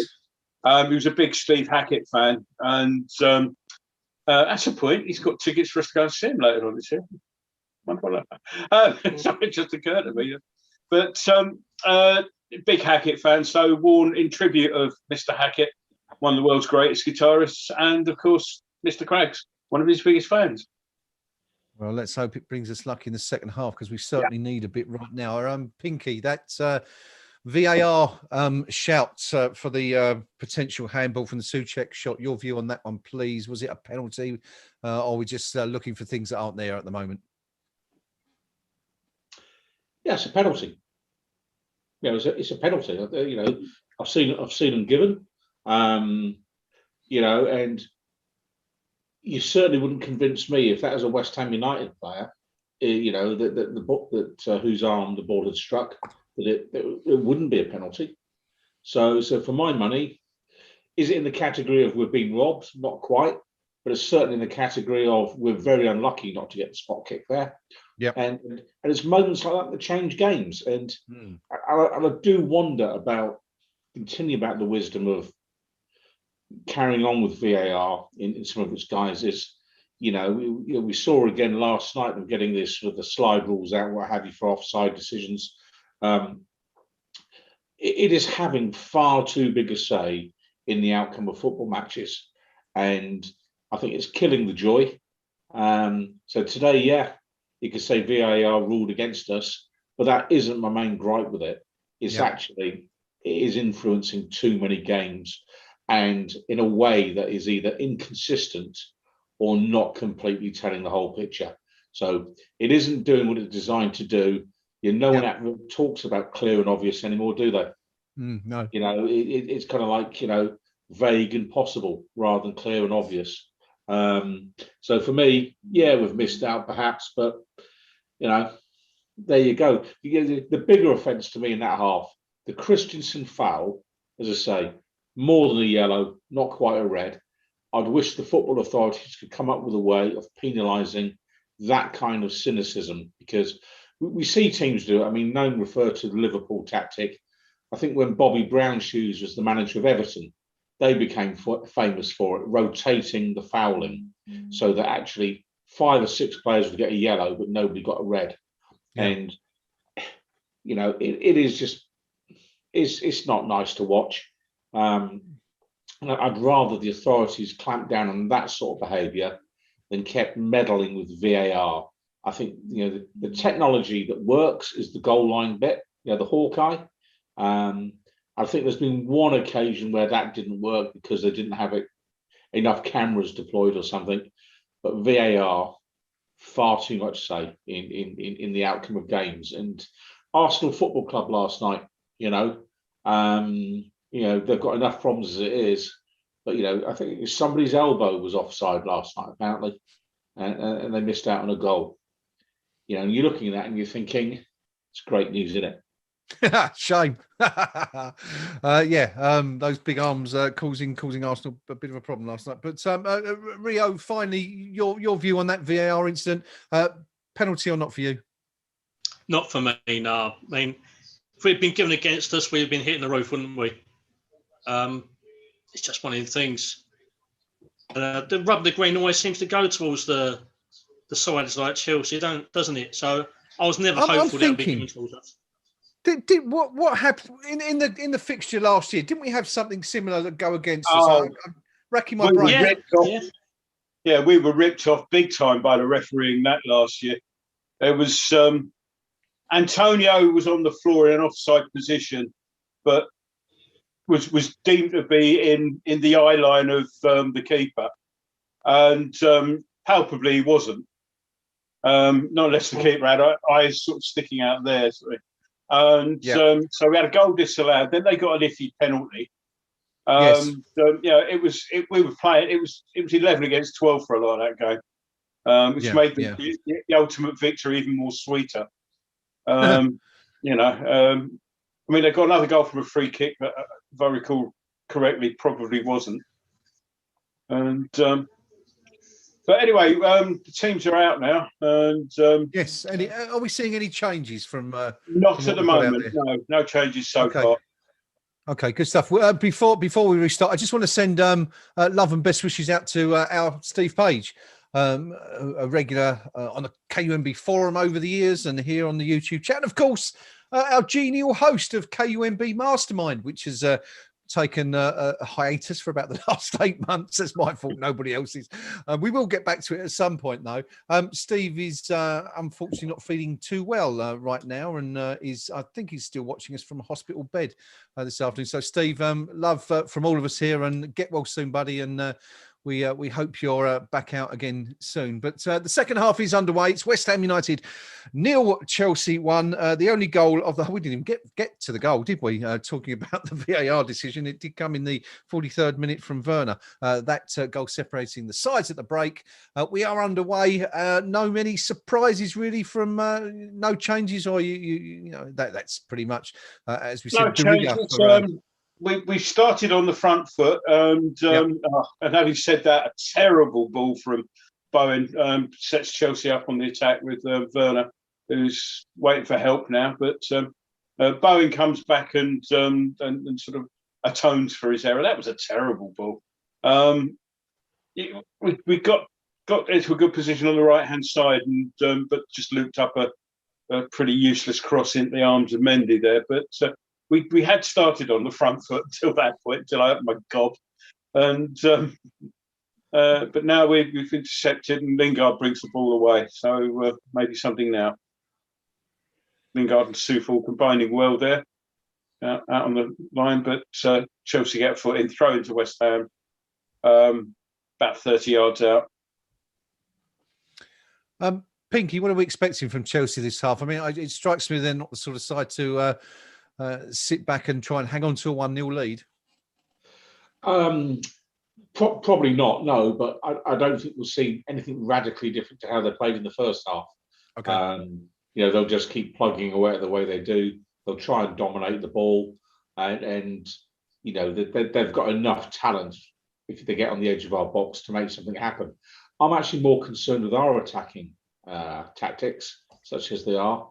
You know, most of that first half, we ended up just slinging crosses into the box, pretty aimlessly, kind of with the hope of getting one of the big lads on the end of it. And Chelsea coped with it with consummate ease. And I think we need a greater degree of subtlety and flair, dare I say it, on the edge of the box. I'm building myself up to calling for Said Benrahma to come on, and I am actually going to go and take a shower now, because I know in my heart he's not for me, but today he just well played, old brother. What we need today. Could be. Haven't got a lot on the bench, have we? Again, not a great deal, no. So you know, use what we've got is the order of the day, and at 1-0 down, we're still in it. At 2-0 down, I think we'd be out of this game, if I'm being honest with you, because this is a very, very well organised Chelsea team. You know, these will be the kings of the low-scoring matches for the next season, I suspect. One player West Ham have missed in recent weeks, who was back in the team at Newcastle last week, Angelo Ogbonna, been huge for the Hammers so far this season. And Rio, as you would have heard Gnome mentioned just a few seconds ago, great challenge there to win the ball back. How important is he going to be for West Ham in the running? He's absolutely essential. I mean, he's a leader of our defence. Someone just commented on the forum, actually, that part of the reason that we conceded the goal because we haven't got any nasty centre-backs. Balbuena and Diop are far too subtle, far too nice. Ogbonna has that little bit of skill, that little bit of organisation. And the tackle we just made was an absolute peach. It was like a long raking one, kind of reminiscent of what Declan Rice does when he's on the pitch and in his prime. It's great to see, and it's great to see him back. Yeah, West Ham just managing to string a few passes together, known for the first time since the second half began, and we're going to need to see a lot of this. Yeah, gets a few passes there, but cutting edge in that sort of last 20, 30 yards. You know, every time we're looking for a final ball, there's a foot in from Chelsea. Nearly lost it there. We managed to get it back, but this is looking a little bit like the first half insofar as the team attacking the left-hand goal is it's getting a lot of the ball and struggling to break down the 10, 11 players in front of them. So Chelsea. Does anyone want to mention that the stat that flashed up on the screen a few seconds ago about the most clean sheets in Europe's top 5 leagues? I didn't see that one. It made my point for me, didn't it? Yeah. You know, I said, you know, king of the low-scoring games. Here we go, though. You know, no one's sticking 3 against this Chelsea team too often. Let's put it that way. Yeah, crosses. To Mother Teresa. Yes, 25 games at Gnome, apparently, according to that statistic. More than 25 clean sheets, more than any other club. Yeah. In Europe so far. Got in good position there. Soufal had all the time in the world to measure up across, but there was nobody really in the box to sort of get on the end of it, which was a shame. But yeah, we're keeping Chelsea fairly penned in. I mean, it's we're doing what we have to at the moment. We just need a little bit more cleverness. Oh, lovely ball now then. Soufal brings the ball to the byline, gets the crossing. It's a terrible cross. It gets cut out in the near post again. Such a shame because it was a lovely ball again inside the fullback that sets Soufal free. And now Chelsea can come on the break, and this is where we might be vulnerable. Mount plays it inside. But so it's delayed there on the edge of the box, and Chelsea now sort of having to rebuild. But and it's back towards the halfway line. But you see, with that break, you just thought with Chelsea, if they'd been a little bit more direct and a little bit more sort of going for it, they could have had us in real trouble there. But they kind of sort of lack the conviction of the break, if you like, the courage of their conviction. Yeah, and also a nice challenge from. Yeah, a good challenge also known from Balbuena there just to break it up on the edge of the box. Yeah. But still West Ham United 0, Chelsea 1, 52 minutes gone at the London Olympic Stadium. The Hammers desperately looking for a way back into this game. Not finding it at the moment. Chelsea keeping the Hammers at bay. West Ham only 3 shots in the entire match so far, yet to have one on target. Chelsea have only had 6 shots themselves with 3 on target, but crucially, one of those has ended up in the back of West Ham's net. Possession-wise, 38% to West Ham, 62% to Chelsea as we speak.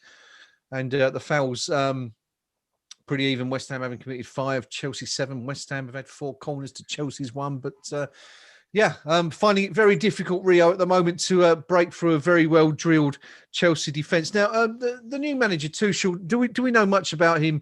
And is he considered a defensive coach on the whole, or someone who's quite attack-minded? He likes a press. From what little I've read of him, and but I mean, he did well, sort of with that sort of thing with Mainz, where he had no money at all, and he's slightly adapted as he's gone through bigger and better clubs with bigger and better players. But he does like a sort of a pressing game, which, as we've seen here, is Chelsea are getting quite good at doing by the looks of things. I know he's an absolute fibber. Let's put it that way. Really? He said in his press conference the other week, only spend about 10 minutes or 10% of my training sessions concentrating on defence. It's all about attack. This side is so will. Oh, wow. Bones out of that then. Shot came from just outside the box. Is that Werner again? No. It's Mount, actually. Fine save originally from Fabianski, who saved it with one hand. It came back with his hand and hit another, straight into the path of, I'm not sure who that was, who basically had the goal at his mercy and decided to put it wide. Werner again, was it? Yeah. It's one of those ones, 10 out of 10 for being in the right place at the right time, but minus several million for the actual finish. Lucky escape there. Really should be 2-0. It certainly should. And let's hope, Pinky, that when we're looking back at this one after the final whistle, this is one of those oft referred to. I was going to say talking points, but turning points is what I'm thinking of. It's completely evading me. Let's hope that's a turning point in the game, Pinky. It's Fusilic. It's things like that games do actually turn on, and we touched in the first half, whereby a Christensen foul 90 seconds later turns into a Chelsea goal as Fornals unleashes a shot. Well saved by Mendy, but at 1-0 down, we are very much in this game. For all the possession Chelsea have enjoyed, which has been plenty, for all their obvious quality and organisation. The gap between the teams is a single goal, and as Newcastle proved this afternoon, the 96th minute, they rattle one in. Bowen now's in a good position. Shot is blocked. All the old cliches are only taking a second to score a goal. At 1-0, we're in it, and I know it sounds dreadfully negative, and people think it's parking the bus, but it isn't. But you've got in some of these games. You've just got to stay competitive for as long as you can and apply some common sense and say, do you know what? We said at the start, a draw against this lot would not be a bad result. And, I'd stand by that for sure. Yeah, certainly as things stand. Rio, we have a shot on target at last. Pablo 4 nails. He didn't really trouble Mendy, but you know, at least we've got a 1 in that column rather than a big fat 0. Yeah, positive. And we've been pending their box for the last 30 odd seconds. Playing some nice football. Frederick's got a good cross in, but we're just not getting that clear cut chance. Everything's a bit speculative. 4 nails was a decent chance, about 20 yards out. Nice drill shot, but Mendy easy to save. Bowen snatched at one when the box was rather too crowded. But we're just failing to find that little bit of space, that little ball in behind which someone can capitalise on. We need Lingard or someone to run onto a ball and get in behind the defence. But as I was saying, they are so well drilled. They're defending banks of 4, and they're incredibly hard to break down. Now, this is not the side that Frank Lampard brought to us. So it doesn't switch overnight. This is Tuchel at his finest. You know, at PSG and Dortmund, he had a wealth of attacking talent. He didn't need to concentrate on defence with what he had there and the relative strength of their legs. Yeah. Here, he's turned a side with a really soft underbelly into something that's so hard to break down. It's unreal. And I don't believe a word of that. I only spend 10% of my training time on defensive work because the evidence is up there in front of you. It's the German Sam Allardyce. You know, it's the German Sam Allardyce. Big Sam will already be ordering the end of season DVD to give to people as Christmas presents of this Chelsea lineup, because, you know, it is absolutely a team that has been sent out there, win every game 1-0. You know, and you know, I suspect Mr. Tuchel will face some challenges with Chelsea supporters going forward, because there is only so much of this you're going to watch. Not being funny, you know. You're paying £100 a ticket at Stamford Bridge.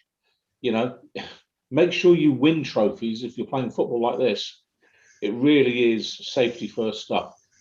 Yeah. I'm just thinking German Allardyce, Dietrich, perhaps. I don't know. Who knows? Who knows?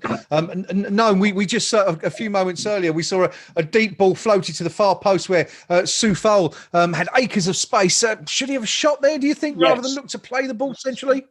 Yes. I knew you was going to say that. Probably only say shoot. Oh, did you say? I didn't hear that, no. Yeah, I just said I'll on. Lovely run by Lingard, has beaten several players through the middle. Needs some help out wide though. Okay, he's got it in 4 nails now. Ball out towards the touchline and Soufal, but Lingard now out to 4 nails again. Ball down to that line. It's down to Fredericks. It's blocked. Fredericks had a lot of time there. Shot was blocked. And superb effort from Lingard. Just floats wide. Brilliant piece of improvisation there. Some good football all round there. Great passing. Brilliant cutback from Noble. Good shot from Fredericks. And ball was just bouncing there, and Lingard improvised the shot. To say it had the keeper scrambling. I mean, we're talking about Who was who blocked the shot? Yeah, sorry? I think it was Mason Mount that blocked the shot. Yeah. We're talking about Soufal, but he done it a couple of times in games now. He did it the other week where he was bearing down on goal. Yes, and he his first did. was, let me give this to someone else who could score. There, he should most definitely have shot. Instead, he tried to chip a little ball in, which was blocked, and the chance was gone. Okay, fair enough. Convictions. Absolutely, indeed, of course. I totally agree. We're in the final third of this match already. It seems to have flown by this first hour. Rio, the Hammers haven't scored yet, but you know the signs are there. We're clawing our way back into this game. Fredericks' effort blocked there. We saw a few minutes ago 4 nails register our first effort on target. Lingard attempting the cheeky lob, just floated wide of the post, but much better from David Moyes' side. Yeah, as I say, that Chelsea in the box. Yeah, we're chipping away. We're lacking that killer pass. We're getting in decent positions, but Chelsea, as we're saying, Chelsea defence are so well set up, and they really, really do press hard, and they close every space down. So it's going to take something special. We're on the attack now, just broken down. Lingard tried 3-4 nails. But yeah, we're chipping away. We're making inroads. We're asking questions. This is something we didn't do in the game at Stamford Bridge. We didn't ask that many questions, but we are now. And as long as we don't concede on the break, we'll be fine. You know, we might chip away at this and we might get an equaliser at minimum, because I think if we get one goal, another one will be far behind. Well, that was certainly the case at Newcastle last week, but the Hammers, as you said, they're clawing their way back into this game slightly. One player we haven't heard a lot from, Pinky, today is Jesse Lingard. The two occasions I think he was mentioned in the first half, for the two occasions on which he was felled and led to yellow cards for Chelsea players, and then of course just there we were just seeing the first glimpse of what he can really do with that effort just over the bar. But everyone outside West Ham talks an awful lot about Jesse Lingard's influence on the great save by Fabianski. Pinky? Yeah, long range effort there by Chelsea. I think it was Mount again, was it, unleashed a shot, and yeah, I mean that was going in. It was going in. It might have been Chilwell actually that not too sure, but yeah, Lingard. Actually, I think he's had a very good game today. I mean, almost a bit harsh to say, where's the standard Lingard goal, if you get my drift. But I think that's more of a reflection on who we're playing today and how they're playing than anything in terms of Jesse's performance today. I think he's been very good. I think Pablo Fornals has been good. I think Bowen has been very good today. It's our final ball into the box has been poor today, and that general tactic of just putting high balls in, which I think we need to be playing it to feet more in and around the edge of the box. And with 10 or 15 to go, I'd certainly be bringing on Ben Rama and trying to play the ball on the deck, on the edge of the box, and possibly sacrifice Noble in the middle to allow that to happen. So, for my money, Lingard's been fine. He's been fine. It's been noticeable that he's got a couple of those runs. He's been able to actually complete a couple of those runs down the middle in the last 10, 15 minutes, which may have something to do with the fact that the guys who would normally have blocked that run one way or another, as Chelsea are on the attack, have got yellow cards. Chelsea got the ball on the edge of the box now, and that's going to be a Chelsea throw. Fredericks gets it. I think Fredericks is having a half decent game himself. One of the ones we haven't mentioned so far. He's done well there to get back on Aspilicueta, and he's looked a threat going forward. Frederick, no wonder he's having a bit of a puff there.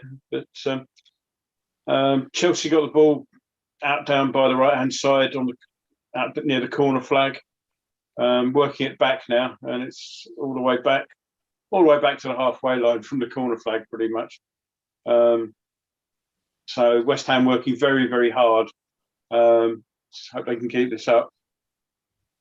Yeah, David O'Rourke actually, Gnome, on the YouTube chat says that in his opinion, we're playing as well as anyone could have hoped with the players available. They're all busting a gut, and that's all I ever want. Souček bearing down on goal. Oh, tries to put Lingard through, and the ball's somewhat fortuitously blocked, I think, there by a Chelsea defender. But for a minute there, we had for a second there we had Souček in, bearing down on goal with acres of space in front of him and to the right. I'm not sure if anyone was trying to join in from the right, which might have been a better option, but he tried to play it back down the left, but I think it caught the back of the Chelsea player's heel.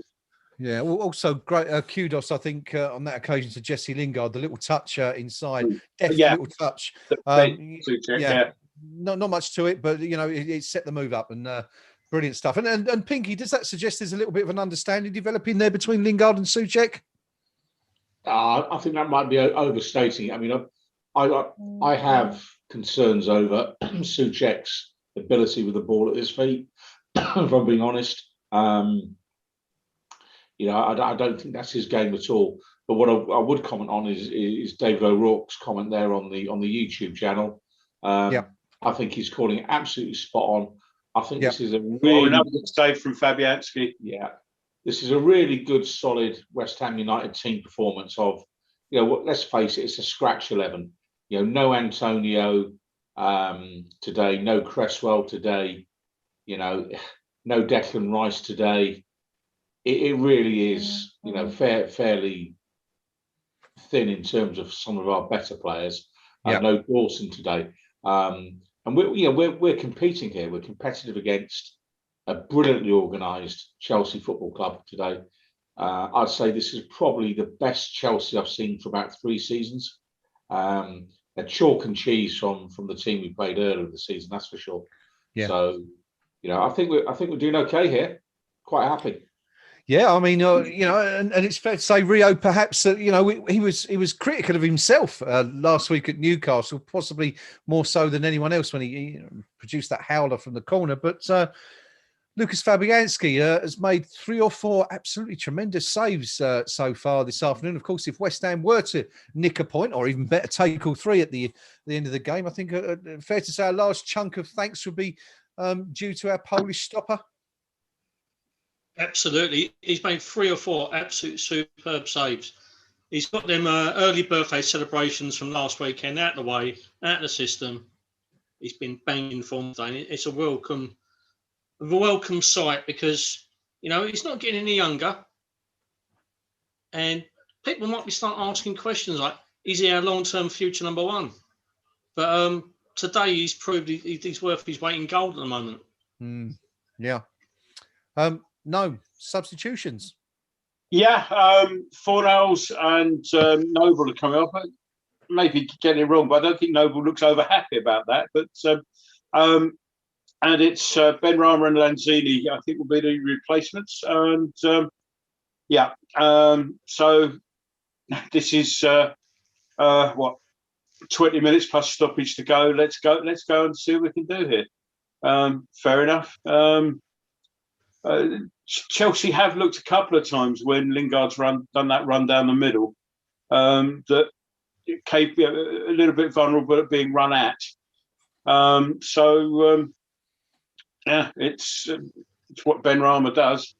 So let's see if he can finally bring something to fruition. So.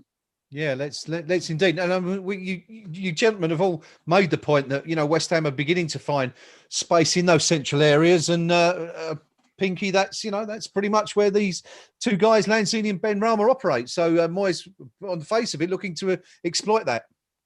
Yeah, very much so. And I think just to go back to the point that Gnome made there about the captain not looking particularly enamoured with the decision to give him the hook, fabulous, absolutely fabulous. 33, still got fire in the belly. Yeah. Still wants to play. So I don't mind a little bit of the sour face when he gets the hook. But I think the manager's probably called it right here. These are attacking-minded substitutions, and he's trying to make something happen here. And for all the stick David Moyes gets on his substitutions, what other real options has he got today? And given the state of the game, I think he's called it spot on.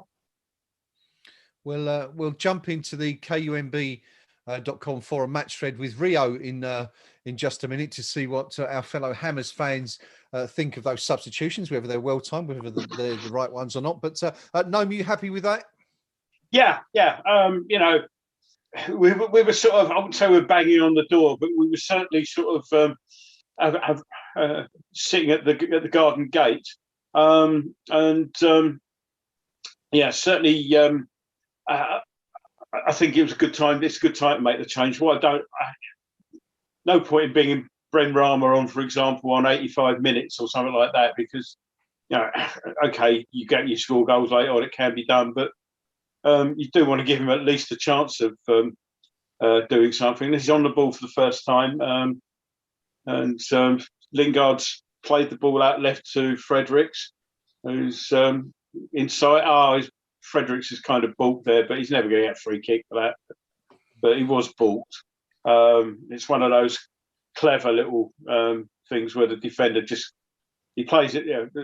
He's played a 1-2 with Lanzini, and I think it's Aspilicueta has read it and got himself in a way to block. So yeah, clever defending. But again, we're holding the ball well. We're winning it back off Chelsea quite well, which is Yeah. I mean, Chelsea had the ball came out halfway line. We won it back, and we're on the press again. So it's this. We have not rolled over anyway. Well, we certainly haven't. And just to give you some idea of how much possession West Ham have enjoyed in this second half, I think it was 77-23 in Chelsea's favour at half time. Looking at the overall match possession stats, West Ham are up to 43% now, Chelsea 57%. So the Hammers have certainly seen a lot more of the ball in the second half than they did before the break. Rio, we were going to go into the KUMB.com forum match thread to see what, as I said, our fellow Hammers make of that double substitution. Is it too early? Is it too late? Is it the right players? What does everyone think? I think it's welcome. There's not much comment after the subs have actually been made. There's a few comments beforehand, though. Irons put, we're lacking that little bit of quality in the final ball today. We've got in enough decent position. And Lingard's attempted to lob was one of the last bit was shown. Kick the car again. This is another game where, for the majority, we've shown really poor decisions in the final third. BML girl has put, Souček is half the player without Rice alongside him. Mecca 1973. Ben Rana and Manu are both coming on. Charge. Right.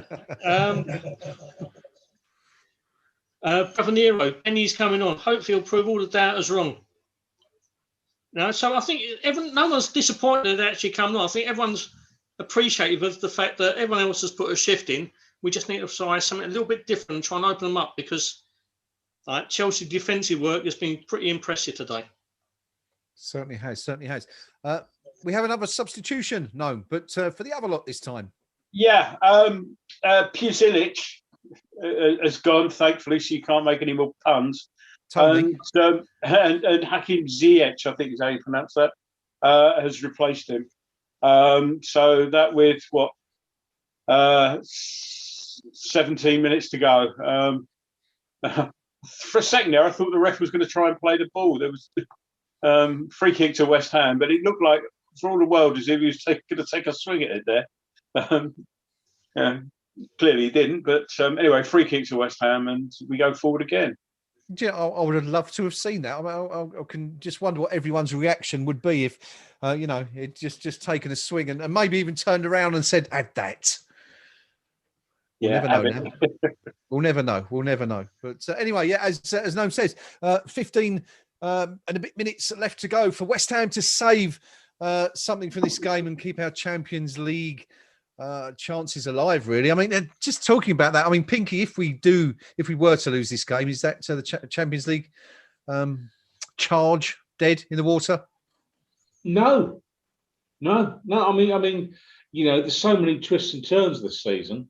I think had Liverpool won today, it might have been the case. Yeah, they didn't, and again, that gives us another sort of lease of life. Yeah, in the event that we lose today, so there's plenty to play for. And looking at the run-ins, get past today, then we're down to really Everton as the real stumbling block. Yeah. And I think Everton can count themselves to be jolly lucky to be anywhere near it, given their recent form. Okay, they got the win last night, but so for my money, even a defeat here today doesn't mean we're out of it. And you just think what difference Declan Rice would make to this team. I don't think he's that far away. Sticking Arthur Masuaku again, the difference he's going to make. Bring Dawson back and have Ogbono alongside it. The difference that's going to make. Make us a bit more solid at the back. Yep. It could just be that we get one or two, and that's I think all we're going to need. One or two of our really key players back, just when we need them most. The important thing is here today. It's a 1-goal margin. This has been a close fought game. We haven't been turned over, not by any stretch of the imagination. And I think the whole playing staff could take a huge shot of confidence from this today. Even if it turns out to be a defeat, we've played well. I think this is the best we've played for a good few weeks, actually. Good stuff. It's still West Ham United 0, Chelsea 1. Just on that very quickly, looking at the running for Chelsea, not easy at all. You know, when Pinky was saying that West Ham's only real tough challenge on paper, of course, they are, of course, all tough games, being Everton. But Chelsea, they have the West London derby with Fulham. And of course, we know that Fulham would love to go to the bridge and turn over their rivals. Probably not going to happen, but you know, tough one nonetheless. Chelsea then go to Man City before hosting Arsenal and Leicester. And then the final game of the season, they're away at Aston Villa. No easy games there at all, you'd say, looking at that. So, yeah, Pinky, I think you could well be right on that. There's could be a long way to go. But, of course, let's hope that West Ham get back into this one this afternoon. Gnome, 13 minutes to go. Are the Hammers, are there any signs? We seem to have got a bit quiet after that little excellent spell we had midway through the second half. Sorry, I was just concentrating there. Werner got into the box, played a very strange ball all the way back outside the box. But Chelsea are on the attack at the moment, but it breaks down and Lingard gets fouled. But I think he's played the advantage on that. I think I'd rather have had the free kick there. Oh dear. Well, Soufal didn't clear the ball. Played a Chelsea player in, but it was Werner again, wasn't it? And there's all sorts going on now. There's Chilwell's down holding his leg, and Balbuena's looking at Average. Well, I don't think deliberate. He caught him on the follow through, though. Yeah, he cleared the ball. Balbuena, the message said Mount, 4th minute, not Chilwell's 78th minute. You know, that's your best reducer you've seen all afternoon. I mean, VAR looking at this now. Oh, that's nonsense. Absolute nonsense. It's not a deliberate one. He's caught him on the follow through, and he's given it a thump. And you know, anything that sort of comes after that is you know, it's not reckless. It's not deliberate. Even the player's not looking. I mean, it's hurt. It's a horrible, but it's not a deliberate stamp. And yeah. It's far too long for me. Pretty nonsensical, really. I mean, you could see that as he was looking, his foot was going down. You know, he's not even looking at the player, so there's absolutely no intent whatsoever. Yeah. You can see Balbuena's foot's just going down and Chilwell's come across him. As you look, his other leg goes more than anything else. So, he's going to have a look at it now. Ludicrous, absolutely ludicrous. The OCG that have been going on in line of duty. Yeah, clearly they're in the big six. Clearly they already got hold of PGMOL. And if there's anything more than maybe a yellow, but it ain't more than a yellow here. Well, we wait with bated breath to see what Chris Kavanagh's verdict will be on this a bit of common sense challenge. Some common sense. Come on, Christopher. Huge. This could really change the game. You know, West Ham potentially down to 10 men for the second game in succession. But we just have to wait to see. I mean, it's nonsense, isn't it, Rio? Why are they checking this? It's an accident, pure and simple. I'm just waiting to see what the decision is. He's reaching for a card. This is an absolute joke. That is an absolute travesty. That's a disgraceful decision. Absolute that is quite possibly the worst decision of the season. And he's not even had the excuse of saying, "Oh, I've only seen it the once." He's had a look at that. He's had every chance to get that right, and he's deliberately got that wrong. You know, absolutely. I mean, no wonder Moyes is good.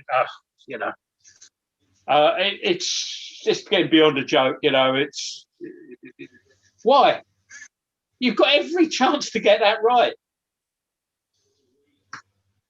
Well, the long and the short of it is West Ham are reduced to 10 men for the second match in the succession, and for the second match in succession, it's a central defender who's been sent off. This time it's a straight red for Fabian Balbuena, and it's an absolutely nonsensical, ludicrous, stupid, pathetic, ridiculous decision by Chris Kavanagh and the VAR team to dismiss Balbuena for what is, there's no intent there whatsoever. He's not looking at the player as his foot comes down. It's quite clear to see that Chilwell's leg comes across Balbuena as he looks to put his foot down. And it's, you know, this is why VAR and the Premier League is an absolute laughing stock these days. We will, of course, come back to discuss this after the game, but as it is, West Ham have 8 minutes to go. They're a goal behind, and the chances of getting an equaliser now, Pinky, are slightly more remote than they were about 120 seconds ago. Yeah, there's every online betting firm has just on that said that will do nicely, because suddenly the odds on a West Ham draw have faded into the distance, and there'll be a number of people cashing out on bets and all the rest of it now, and the betting firms will probably love that sort of red card there. Never ever in a million years a red card, and it forces our manager into making a tactical change now that he probably wouldn't want to make, which is a real shame. It's a real shame, but at the end of the day, read the paper tomorrow and it will show Balbuena red. And if we do go on to get a point now, how much sweeter it's going to be. There'll be justice. That's the only positive. Yeah. No, I was kind of loath to bring you in on this one, because I can almost see the steam coming from your ear holes right now, having witnessed that one. But talk us through it. At least we hope that's where the steam's coming from. It's just we haven't got a decent referee in the Premier League. The select group hasn't got a decent referee in it. And what a farce. The problem you've got there is that if you've got somebody who doesn't know what they're doing on the pitch, we all see that. We've known that ever since the select group was founded. But what makes you think then somebody who doesn't know what they're doing is suddenly going to know what they're doing if they're watching it on telly rather than being on the pitch? He's just lost the plot completely now. He's, it really just beggars belief. You've got every chance. I mean, it's like, okay, have a look at it. You've got every chance to see it properly and to know that it's just caught him on the follow through. My question is, Kavanagh, is where was his leg supposed to go at that point? Yes, exactly. Wasn't he supposed to hop the rest of the way? It's sheer madness, isn't it? But Rio, your foot's got to go down eventually. It's if he just got like that and crunched him deliberately after the ball, then I'd be the first up to say, red card, and but no, not that. Nonsense. Get that feeling on Monday. I mean, I've got little faith in the disciplinary thing, but well, to be fair, we've actually done quite well with appeals this year. I think everyone we've appealed has been given, which just shows how ludicrous some of the decisions against us have been. But I've got to ask the question. I'll put this one to Rio, if you don't mind. No, sure, because you're fuming. Mike Dean or Chris Kavanagh? What's the worst referee's decision we've seen this year? Of course, I'm referring to the Souček one against Fulham. Yeah, this one by a million miles. This is. In F1, they have the thing when the stewards look at an incident during a race and go, that's a racing incident. Now, unless you can defy the laws of biology, mechanics, and any other thing going, what is Balbuena supposed to do? Is he supposed to go, I'm going to clear the ball upfield, then all of a sudden think, hold on, I shouldn't kick that because my leg might break down the back of Chilwell's calf and seriously injure him or might disrupt his little hairstyle. What is he supposed to do? That is an absolute joke. And I'm becoming more and more on board with the Gnome anti-Premiership referee league because I really don't think any of them are capable. If you've got it in front of you on a screen, you can't see that's a footballing incident, which is the simple law of physics and biology, then you shouldn't be allowed to anywhere near a black kit in your life, let alone an implement like a pencil and a notepad. Because you clearly can't even spell your name. You don't need. See, that's like not an accident. Ugh, Jesus. Madness. We're all losing it here. Look, we're all going Couple of things to report here. It's crazy. No, we've had a substitution, and there's been a bit of a tete-a-tete on the touchline with Moyes and. I think David Moyes suggested. I would suggest that he suggested that Aspilicueta may not be one of the more honest players on the pitch, and Chelsea got the ball in the box. They're queuing up now. A really weak shot that goes a couple of yards wide. As Aspilicueta went off, Moyes probably gave him some words of wisdom, Glaswegian style, and Aspilicueta didn't like it, and Mike B, never keen to get in the camera, sort of shepherded Aspilicueta away as Reece James came on. They just made another substitution, which I kind of missed in all the furore, but again, it was kind of a time-wasting one. They could easily have done the two at once and didn't. Yeah. So we got 2 minutes and 15 seconds plus stoppage, which Kavanagh's made the thing about holding his watch up over the substitutions. But then whoever it was last week did exactly the same. And then when we had an extra sort of 2 minutes in stoppage time, he added 4 seconds. So again, I've got little faith. I mean, he's pointing to his watch. I'd be surprised if he bloody tell the time where he's been behaving. No, clearly not happy with not happy with today's match official Chris Kavanagh, and clearly Mickey Mouse has got a PGMOL watch. Listen, look, there's a comment, an interesting one actually. Hobo speaking on the live chat on YouTube. I'll pass this one over to Pinky. Actually, says that the referee's giving Chelsea everything now with any touch, and he also says, now here's the controversial bit I want to pick you up on. There's no way that's a red card. We're all in agreement there, but he also says there's no way it's given the other way round. What do you make of that? Yeah, and this is one of the problems that is developing in football now, in unbalanced leagues across Europe, where never mind the set-out six and the dirty dozen, we get it's so often the same teams are finishing in the top positions or winning all the trophies that many clubs and supporters feel that there is no way to compete and it isn't a level playing field. So it starts out, well, the money isn't equal, then they've got a much bigger squad than us. And now supporters is becoming ingrained in all of us that there's some kind of bias being applied, whereby some clubs get punished for offences that others never will. And, if the football authorities can't actually see this is what's going on, and it really all comes back to the same thing, which is it's unfair competitions all over Europe.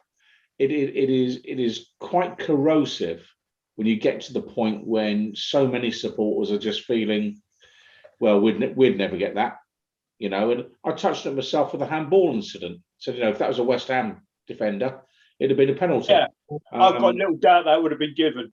Yeah, and this is the inevitable consequence of the long-term decline in competitiveness of football, both in this country and across Europe generally. Mm-hmm. And I think those who actually decide how the game is governed and organised need to have a think about that, because there comes a point where people just say it's pointless watching because the game is not straight. There you go. That's probably as far as I'll push it personally. But if enough people start to believe it, it becomes fact, doesn't it? That's the point. Yeah. Well, I mean, you've touched on the two key points there, one in each half. The potential handball for West Ham that wasn't given, and a quite simply ludicrous decision to send off Fabian Balbuena for nothing, basically, for attempting to put his foot down instead of hold it aloft in midair, defying the laws of gravity and physics as would have been the case. On that, I'm not so sure personally, whether or not that wouldn't have been given if that was the other way round, that second one. I've got a feeling it's just that the whole farcical way the Premier League is being officiated and refereed at the moment. I think Chelsea might have seen red as well if that on that specific instance. But of course, we'll never know. We'll never know. But it's an interesting point and one worthy of debate, given what happened in the first half. Anyway, Gnome, we have an additional 5 minutes. Does that sound about right to you?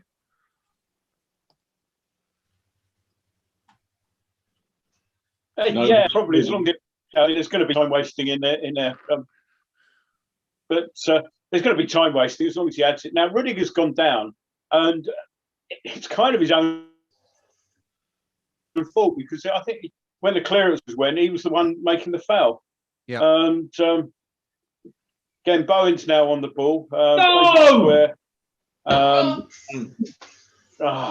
Ben Rama, for crying out loud. Ben Rama's had a shot from 30 yards when there were one options, and he chose the million and second. I mean, that's just not what we wanted to do. Now, they're focusing on Soufal here. Let's have a look. I think Soufal's cleared, and Rudiger's tried to run into him and come off worse on it. And Soufal's looked at him and just said, "Get up," and then jogged away. So, I mean, definitely not a foul. I mean, it was kind of a milder version of the thing with Balbuena. Oh, here we go. It's just cheating. It's just cheating. What's happening there? Another yellow card. I'm not quite sure what for. But, Mendy, but I'm presuming that's time wasting then. And, but you see, okay, that's taken a good 20, 30 seconds. Let's see how much is added on at the end when we get to 5. 3 have gone. It's we're trying to keep up with it all now. It is a yellow card for Chelsea keeper Mendy for time wasting, but time rapidly running out for this late equaliser, Rio, and we're certainly not going to score from efforts like that from Ben Rama. No, and that's exactly the problem. That's exactly the reason why David Moyes has me playing him regularly. His decision making is just so rushed and panicked. It's not befitting a top level player. All the ability in the world, but the mentality and the brain just isn't there. It doesn't look like a Premier League player in terms of decision making. Another yellow's being shown here. I think. Can't see who gave that to. I think they were trying to break through there, and there was a tug back. I think a foul on might be Lingard. So we're in the last 45 seconds of the game, plus that was Kante getting booked. Again, it was another one of those breaking plays. Ball's played long, out wide towards the box, but nobody's on the end of that. We've won it back, though. Lingard plays back inside to Lanzini. Johnson goes forward, tries to chip the ball in there. It's not a good ball. Chelsea can bring it away on the break now, and we've got 2 against 2. Another attempted tackle, and ball chipped in. That will go to Fabianski. Now Fabianski throws the ball out of the box and clears it forward himself. Long. We're on the 95 now, so let's see how many he adds on for the time wasting. He's booked 2 players in the last 10 minutes, and Chelsea get the ball into the box down the byline. It's no. Chelsea really should have gone 2-0 up there, but that's Abraham who was the latest substitution, headed over from pretty much under the bar. We are into added on time at the end. Added on time though, but that must be it now, Gnome, surely. Well, 34 seconds they've added on for that, so full time. That's it. Another game ruined by somebody who doesn't know what he's doing. And we might go in on Monday and get an appeal in, and they'll say, "Yeah, you're quite right. Yeah, that should never have been a red card." Quite understand that. What good does that do us? Then hit that moron will be out there next week, and they've got to do exactly the same again, because he'll get a pat on the back from his mate, because none of his mistakes is wrong. You know, I mean, Moyes has got a face like thunder, and I don't blame him. Right. Well, lots for us to discuss in our post-match chat this evening. Will be a relatively brief one tonight, given it's Saturday night, and I'm sure we're all going out on the lash later. No, me neither. But anyway, the final whistle has blown at the London Olympic Stadium. Sadly, it has finished West Ham United 0, Chelsea 1. The only goal of the game coming 2 minutes ahead of the half-time interval from Timo Werner. Getting on the end of a Chilwell cross to convert from close range, passing the ball into net, scoring the only goal of the game, and condemning West Ham to a first home defeat since. Now, there's a question for you. I can't remember the last one, but since the last one. West Ham went into the game with the second best home record in the Premier League this season. But it's been a very good day for Chelsea, I think you'd have to say. Rio, reflecting on what's happened. Liverpool drawing at home to Newcastle earlier in the day, and the Blues coming to Stratford this afternoon and pulling off a very narrow victory. Deserved or not? I think from a footballing point of view, they're slightly the better side. They're much the better of the first half, and really, if they'd been a bit more clinical, they could have been a little bit more out of sight. But we bounced back incredibly well. We fought hard. We asked the questions that we needed to ask. We were just lacking that final killer ball. But the game is ultimately destroyed by a nonsensical refereeing decision. It's not the first. It won't ever be the last. But it's just made the whole game pretty much irrelevant in terms of footballing event, hasn't it? Because when you get decisions like that, you completely forget what's happened in the 80-odd minutes beforehand, because it just takes away everything from a footballing point of view. Mr. Perez in the week saying that football, like 16 to 24-year-olds aren't interested in football anymore. Well, there's numerous reasons for that. And the standard refereeing is one of those, if you ask me.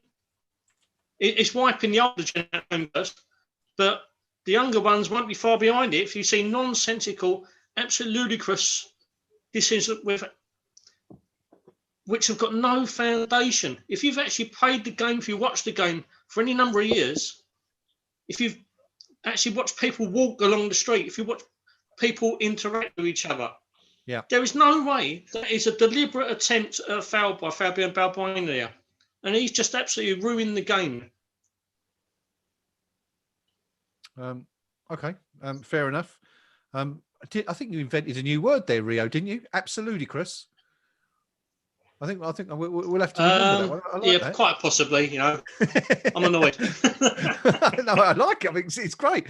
But I mean, Rio clearly, as the rest of the West Ham fan base will be tonight, very, very annoyed with what we've seen there. We will, of course, come to those controversial decisions a little bit later. But just summing up the game for now. Gnome, it's finished West Ham United 0, Chelsea 1. There were a huge dent in West Ham's hopes of securing that Champions League spot. What do you make of that, reflecting on the last couple of hours?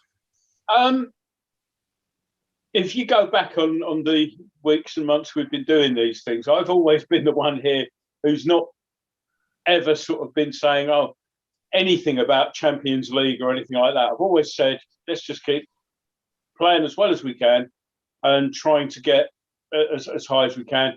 Wherever that may be, let's see where we end up. I've not really been giving Champions League an awful lot of thought. I mean, even Europa League, at the moment, as it stands, our squad, given that Europa League, whatever format it's going to be, you're going to be playing 2 games a week for Lord knows how long. We've not really got a squad, as we're finding out now, that's got the depth to cut that. So I'm not concerned about the Champions League position as such. Okay. It will be what it will be. But I thought we were worth a point today. It would have been a fantastically interesting last 10 minutes, which obviously would debate why it wasn't in the end, but ad nauseum later on. But I thought the performance, particularly second half, was good. given the relative quality that we were able to put out today. You know, we keep saying highlights. Well, yeah, they can come off there. I mean, and you could say that by and large that team did their best. Now, I'm fuming a little bit at Ben Rama for having that stupid shot. Yeah, I can tell. Yeah, I'm still fuming about that, and he needs to have a look at himself for that. And I don't like sort of getting personal and digging out players like that, but that was just ludicrous. But by and large, that one moment, you know, I thought that they acquitted themselves well. I mean, this is a Chelsea that spent something like 200 million in summer. I think, I mean, net it was a little bit less, but you know, Chilwell 45 million. Somebody, was it Werner was 75? Somebody was 75, and you know, given that, I thought they were pretty ordinary, and I thought second half they did defend well. As we know, as we said about Tuchel, he's a past master at that, and they did that job particularly well. Yeah, but you know,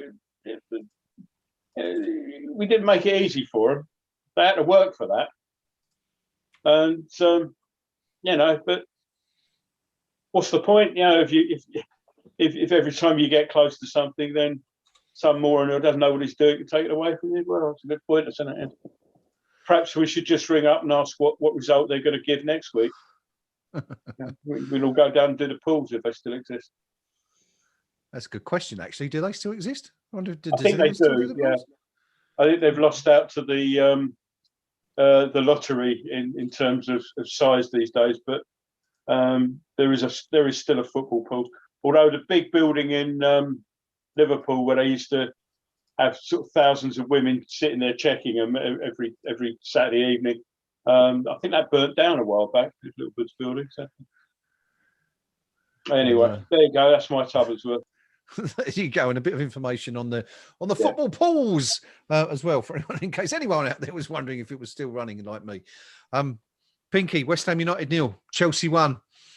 You know, we said at the start we'd take a draw. Ideally, we obviously we wanted to see West Ham win today. We would have taken the draw. It would have kept us very much in the race for that Champions League spot. You know, we looked at Chelsea's running. It's very, very difficult, but it's a bitter pill to swallow. Nonetheless, that defeat today, given everything that's happened, and we will of course touch on those two incidents very soon. The suspected handball and the sending off. Yeah. First, the good news. I think that's the best all-round team performance we've had in a few weeks. I think there was plenty of spirit in the team, plenty of fight in the team. I think they knew they were right up against it from the get-go, and they rose to the challenge. So hats off to the players, hats off to the manager in that sense. But then we've got to look at, you know, the brutal, inconvenient truth. How many times did we really work the Chelsea goalkeeper? And particularly in the first half, we were putting some pretty aimless balls into the box that were dealt with Chelsea by with consummate ease. Second half, we dominated possession far more in the second half. Should we put it? But again, still without creating very many clean-cut chances. We did have one or two, and for me, the pick of the afternoon was a pullback from Noble on about the 75th minute, something like that, 70th minute. And I think it was Fredericks that collected the ball and perhaps should have done better. But, I'd share with Gnome, Ben Rama, I think I was the first this afternoon to call for his introduction, a bit of quick feet around the edge of the box. And straightforward, we see it week after week. He's trying to do worldies from 30 yards. Doesn't happen. And if you do it, you have got to get them on target. And we've seen Chelsea today unleash 3 long-range shots, which Lucas Fabianski had to pull off 3 very good saves to stop going in. So if you're going to have a pop from long range, make the keeper work. Ben Rama very rarely does that. And, I'll stick my neck out a bit here now. I wouldn't be at all surprised to see Ben Rama get traded in the summer. because I think we've seen enough now to know that at the age of 26, he hasn't got the temperament and the decision making to play in the top flight. For all the huff and puff, he just isn't good enough. And as harsh as that may sound, there you go. Your time's up, Benny. But this afternoon overall, very proud of the work rate from West Ham. Very proud of the players that were selected this afternoon. The scratch team did very well. The red card was never a red card. Yeah, I mean, it just absurd decision making there, and I fully expect that to get overturned on appeal. But that won't help us today. And there we are now. We're out of the top four. I am bothered about a Champions League place, and I'm the first to admit it's not a trophy. So let's not kid ourselves qualifying for the Champions League as a trophy. Yeah. But, I think our captain there this afternoon for an hour had a very good game today, very competent game. He's won nothing in his career, and wouldn't it be a great way for him to finish up running out of somewhere like, I don't know, the San Siro or one of the really big European grounds and getting, even if it's, an hour under his belt at a slightly higher level. I think that would be some reward for a very good career with West Ham. So I'd like us to qualify. It's not the end of the world if we don't. But today, I thought Chelsea were a bit better than us, if I'm being honest. They had a bit more quality in the part of the pitch that mattered. And 3-0 to Chelsea wouldn't have been a shock. They had enough chances there for 3-0, in my view. Did okay. We competed. But at the end of the day, they got the points we didn't. And it does apply a bit more pressure to us now. But undoubtedly, Moyes, if you look at the teams in and around us, is there another candidate for Manager of the Year when you consider what he's had to cope with in terms of the squad? I mean, it seems so long ago now, the Sebastian Haller and all those antics. That he's a player we've completely forgotten about, essentially. Yeah. But for half a season, he was the manager's option. And here we are now. We're still in 5th spot with a wafer-thin squad. I think we've had a good season. Really good season. Yeah. Okay. Thank you, gentlemen. There's no point delaying talking about it because it's going to be, talked about by everyone, I would imagine, in the whole football world for the next day or two. The decision to send off Fabian Balbuena for what? Kicking a football. I think that's all it essentially amounted to at the end of the day. As you can see, if you watch the replay, he's not even looking at the player. He's looking to see where the ball is going to land when his foot comes down. We've all said it's there's nothing out of the ordinary in Balbuena's movement or challenge, or there's no nastiness, no intent to harm an opposing player. But yet, Chris Kavanagh, in the 81st minute of this afternoon's game, has deemed it necessary, let's not forget, having watched several replays of the incident, has deemed it necessary to dismiss Fabian Balbuena, presumably for serious foul play. I think it's perhaps important before we go into a discussion that although it was VAR that first highlighted the challenge, it wasn't VAR that was responsible for the decision. That was the referee. That was Chris Kavanagh, who, as we said, had the time to walk to the touchline to examine TV footage of the incident. We're just seeing replays of it now, actually, on Sky Sports, and having watched it presumably in normal speed and in slow motion, decided that it was appropriate to dismiss Fabian Balbuena for serious foul play, much to the consternation and disgust and of everyone in the claret and blue shirt, especially those on the touchline, as we saw when David Moyes had words to say to Azpilicueta, I think it was, as he came off the pitch a few minutes later. Some people, there's already loads and loads of comments about this on social media. Just to read through a few of them. Duncan Wright, the Sun journalist, says that if you slow it down and watch a replay enough, I'm pretty sure referees could find a red card offence in someone passing wind. Jacob Steinberg, fellow journalist at The Guardian, says, talking about the game, Chelsea completely deserved to win the game. Too many injuries for West Ham against the top side. And I don't think the red really changed the result much, but it was still absolutely pathetic to send Balbuena off for that. In terms of the people who've actually played the game, Charlie Austin, friend of KUMB, of course, some of you may remember from a few years back, says that VAR, yes, I was an advocate for it, but wow, what a disaster it has turned our game into. Oh, and slow motion makes everything worse. Matt Letitia, another player from yesteryear, says, if ever there was proof that referees have zero understanding of the game of football, that was it. Piers Morgan, another friend of the show. No, he's not at all. Don't know why I just said that. But anyway, Arsenal fan, says VAR just got a player sent off for kicking a football. And Paddy Power said that VAR has now deemed that professional footballer Fabian Balbuena should be sent off for kicking a football. I'm not sure who came first there, Piers Morgan or Paddy Power. I know who my money's on, but there you go. Gentlemen, no one's going to agree with the decision. I would imagine that Chris Kavanagh himself is going to be thoroughly embarrassed when he gets back into the change room and looks at that one again. Rio, I'm going to come to you first on this one.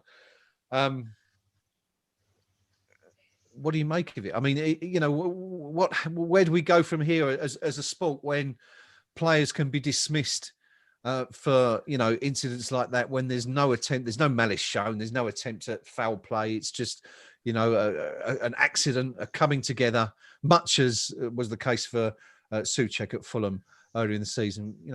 What do we do? How do we stop this nonsense from happening? The only way of stopping this absolute nonsense is to scrap VAR altogether. But as we know, there's been too much time and too much money invested by the top clubs, by the footballing authorities, UEFA, FIFA. That's never going to happen. They never make mistakes. So this is here to stay. But the longer it stays, the more and more decisions like this we're going to get. And the more fans you're going to alienate. It's not enhanced the game as they wanted. It's made it a far, far, far worse product to view. When you're actually in the stadium, when we used to be, it's sucked the life out of the atmosphere because there's no passion. You can't celebrate a last-minute goal because you think, hang on, is that going to be chalked off? It has absolutely sucked the life out of the game. And the longer this continues, the worse it's going to get. They're going to tinker with it, trying to fine-tune it. You might say it's better than last year, but is it really? This season, we've seen decisions go more in favour of attacking players rather than defensive men. Yeah. But whatever way you look at it, it's disgusting. And there's no logical reason. If Chris Kavanagh has played football at any level, if he studied the laws of physics, if he's actually a human being, how can you justify a red card for a natural progression of a foot after kicking the football? It's absolutely disgraceful. I'll just I found a couple of other examples of comments about the decision because obviously KUMB is awash with 3 or 4 pages of, shall we say, light-hearted banter towards the referee in terms of his decision. I think that's quite unlikely. From the BBC match thread, this is the commentator on there. What is Balbuena meant to do with his foot there? He's made the clearance. It would take some serious body mechanics to halt the momentum. And that's perfectly succinct for me. That encapsulates the exact process of that passage of play. I really don't know what else the footballer's supposed to do. Yeah. I really don't know what the game can do now, though, because if referees are allowed to get away with decisions like that with the aid of technology, the game is dead. The game is dying on its feet, and I can't see no way back now. I know it's a really, really kind of sweeping statement to make, but I've not seen one game of football aided and abetted by VAR. It's not enhanced the game in one little bit. It has progressively ruined it, and it's progressively getting worse. Okay. No, Rio very much blaming VAR as well as much as Chris Kavanagh for that decision this afternoon. But how have we, as a nation, as a country of football lovers, and with purportedly the best product in the world, the Premier League, how have we got to this point where a decision like that or a challenge like that, completely innocuous, nothing in it, as we keep saying time after time, how have we got to a position where that is a red card or even considered to be a red card? We've got to that position because there is no proper monitoring of refereeing standards in this country. It's quite simple. I've said this stat before, I'll say it again till I'm blue in the face, but more people have walked on the moon than have been removed from the select group of PGMOL for poor performance. And that's since 2001 is the PGMOL. So it's not a new thing. 20 years of PGMOL and more people have walked on the moon than, it's basically a sort of self-perpetuating closed shop. The monitoring, the marking is effectively done by people who are PJMOL themselves, to all intents and purposes. The reason for this is that way back when the Premier League was set up and they decided then to have professional referees, PJMOL, what should have happened is the FA should have taken charge and said, right, we're having professional referees, and this is how we'll operate it. Mm-hmm. Unfortunately, the FA at the time were scrabbling around backs of sofas looking for cash to buy Wembley and rebuild that, and they simply couldn't afford it. So what you've got PJMOL is effectively owned by a sort of a combination of the clubs with a share with the FA, and it's pretty much left to its own devices.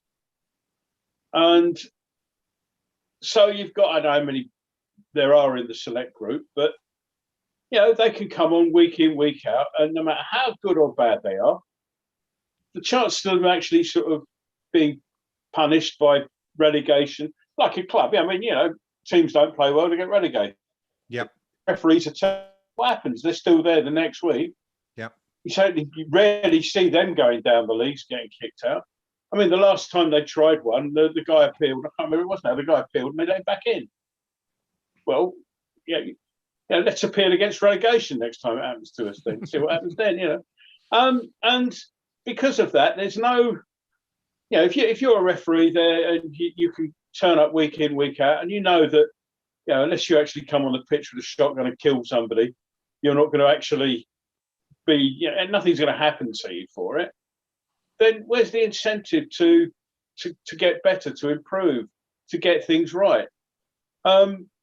Similarly, you might be sort of in the sort of second tier of refereeing, trying to push your way into that, and you go round and you might make mistakes and you try to do everything right, and then you look at people like Mike Dean who simply does what he wants. I mean, really, if you're telling me, for example, that there's proper marking and monitoring of referees, explain why Mike Dean is still in a job, because I sure as hell can't. Yep. And so you've got rubbish referees. VAR then is brought in, and it's sort of it's kind of the right solution for the wrong problem. The problem is you've got people who aren't very good at their job. Now, if the main problems were the game's getting too fast, referees miss things, and VAR's there to sort of correct that, then okay, that kind of works, because you can see it can correct things.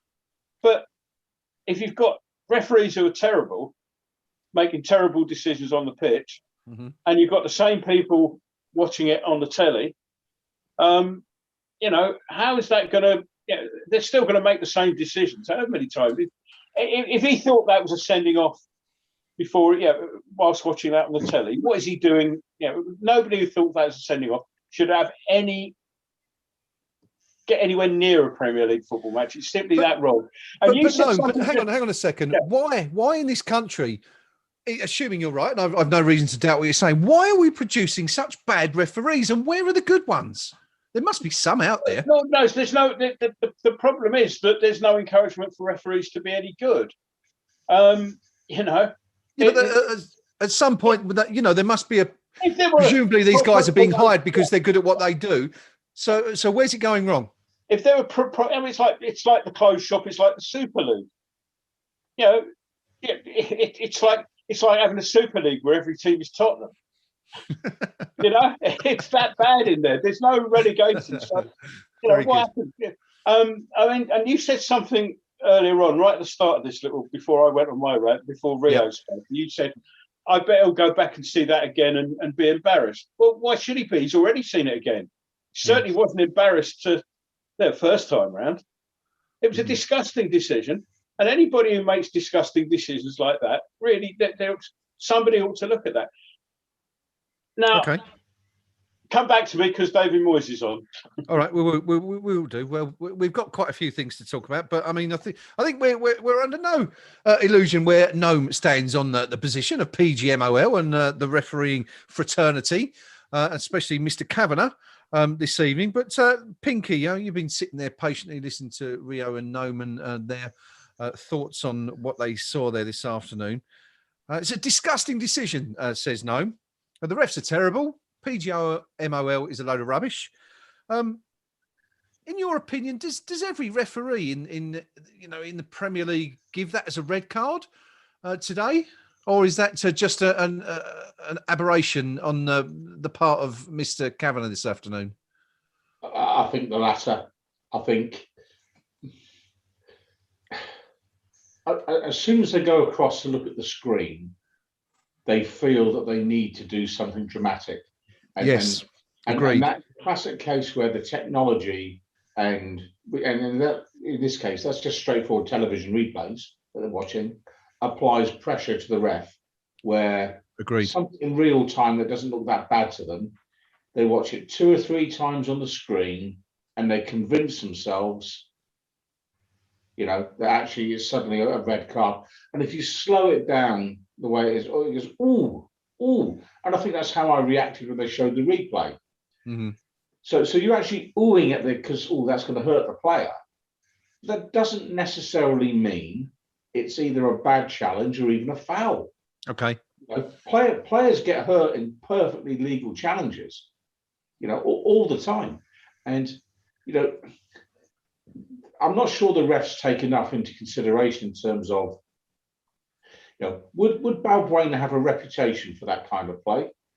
Would he even be considered, dare I say, good enough to make that kind of challenge if he meant it? I don't think he's good enough to foul a player like that.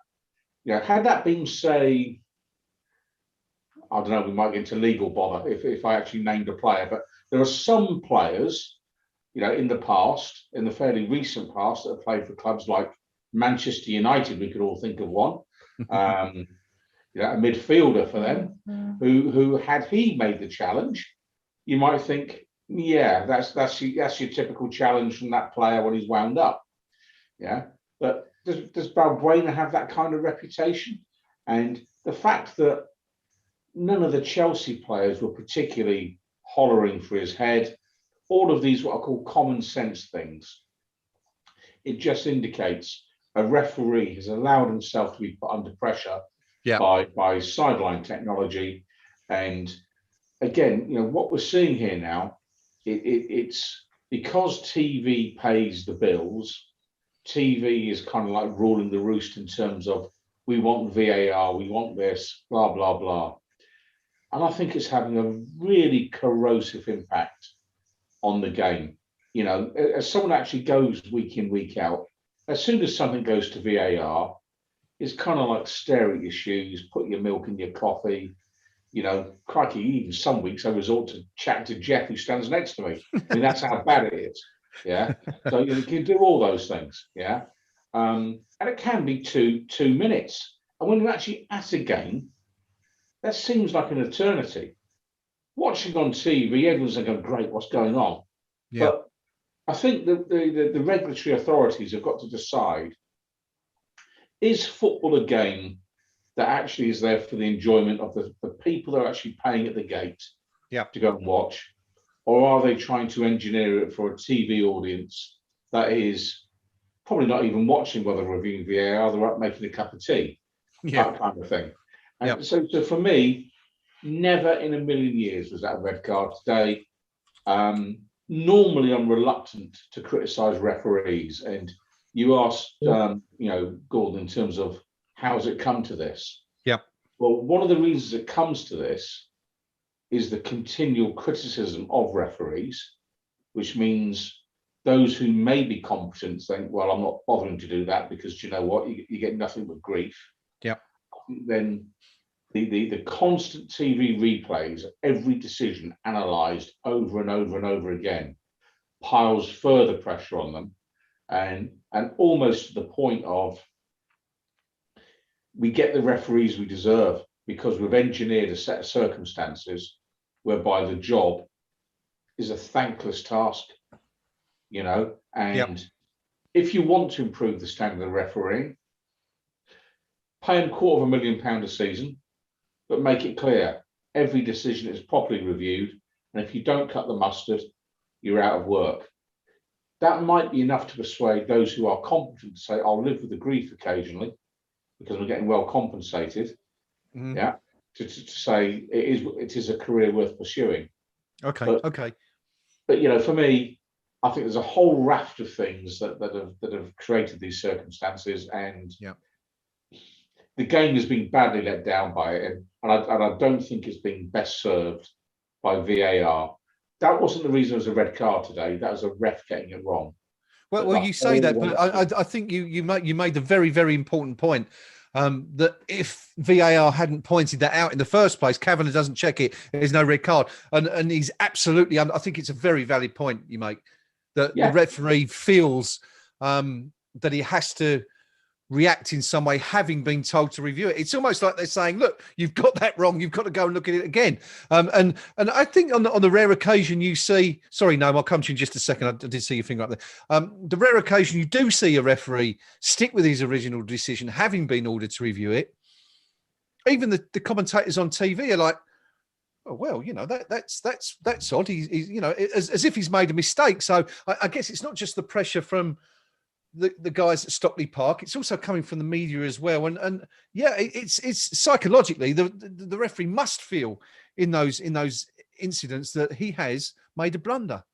And you can completely understand from a human perspective why, in those circumstances they make those decisions. But it's wrong, isn't it? It's wrong. All of it builds pressure on the match official. And to me, when this was rolled out, when it was started, the phrase that was used was clear and obvious.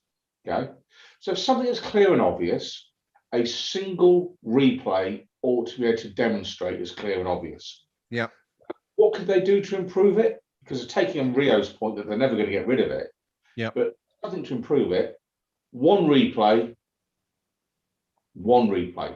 So the guys at Stockley Park, they can watch it once. And watch it in real time. Any replay on the side screen for the referee, watch it once in real time, not slow-mo. And make your call then.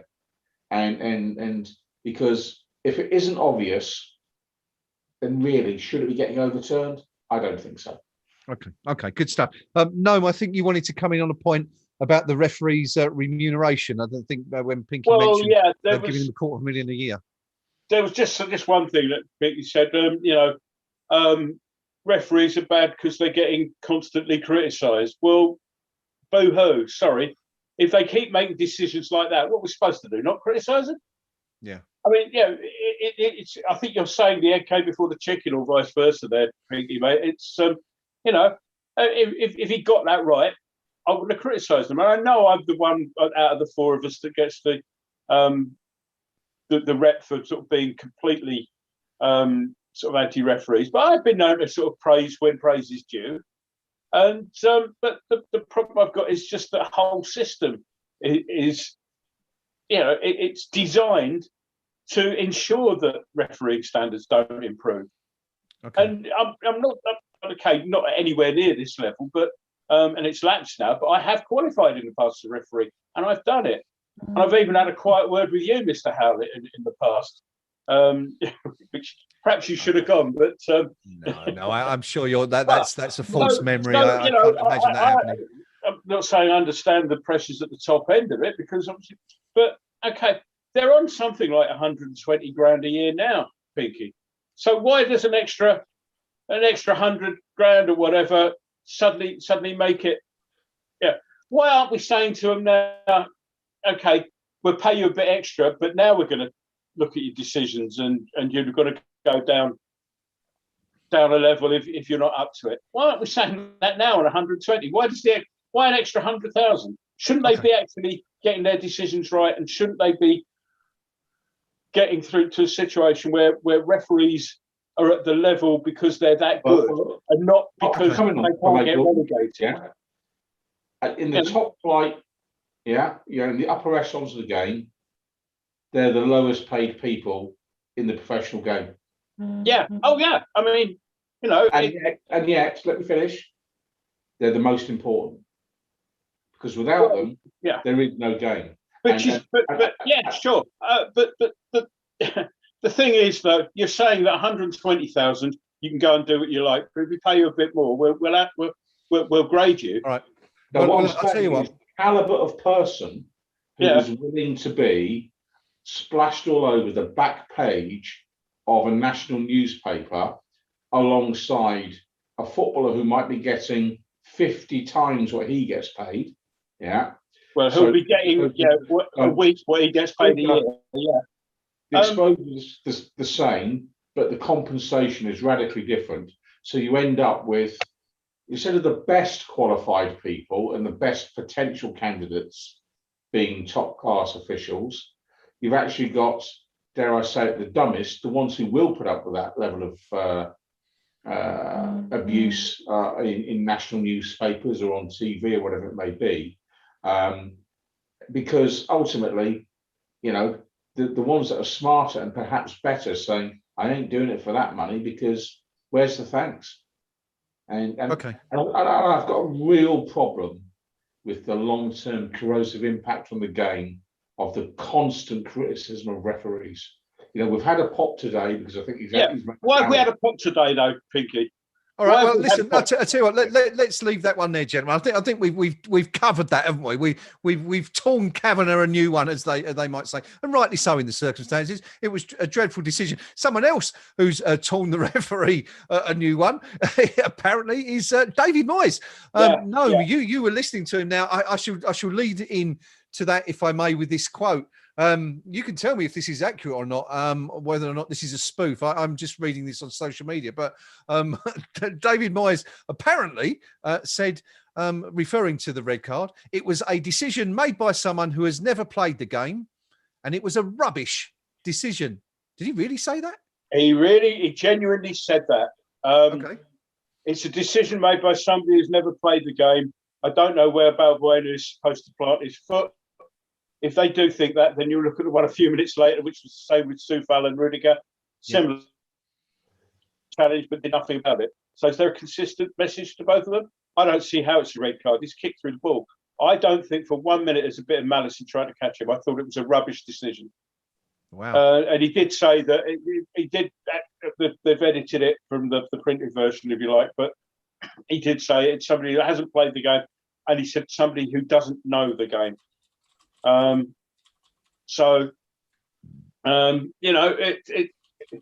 the game itself, he said we were still in it. I didn't think we played particularly well, especially in the first half, but we were much better in the second. We showed a bit of character and a bit more desire in the second half, and we affected them more. Then he went on about the red card changes the game as far as the last 10, 15 minutes. We were hoping to get them under any more pressure.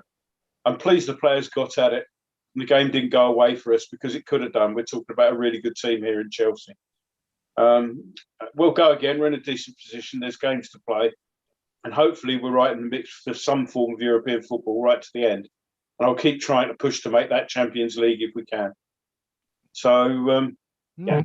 Unusually strong words. I mean, it's not often I think that you hear a manager be so critical of a referee, regardless of the circumstances. I mean, I'm trying to think how he reacted to the Souček decision at Craven Cottage. I don't recall him, going as strong as that to say it was a rubbish decision, talking about Mike Dean on that occasion. But there you go. Maybe there'll be ramifications for the FA. That would be just about typical, wouldn't it, in the circumstances? But Rio, I see you with your hand up about 20 minutes ago? Yeah, that was drag up the refereeing business again, so you might want to disregard that. No, well, go on. You have the final say, if you will, because the other two have been banging on long enough about it between them. So please do. No, I was just going to add that I've always been against the use of technology in football. It brings talking points that, like the World Cup final from '66, we're still debating that going over the line now. Yeah. I'm against the use of goal line technology. I'm against the use of VAR because it doesn't add the game. It doesn't add the discipline around the game, which the supporters have debated for years and years and years, which makes it so stimulating and interesting. Yeah. In real time, Chris Kavanagh couldn't give that as a red card. Mm-hmm. And there's a reason for that. Not only because it wasn't, it's because it was inconclusive. It was a footballing incident. Yeah. Now, if you're going look at video evidence, you can freeze frame it as much as you want. It's going to look horrendous. It wasn't, no. The player didn't react. If the Chelsea players had reacted, got surrounded the referee, surrounded Albuena, trying to strangle him as they are prone to do nowadays, mm-hmm. then yeah, maybe look to VAR, maybe use the technology available.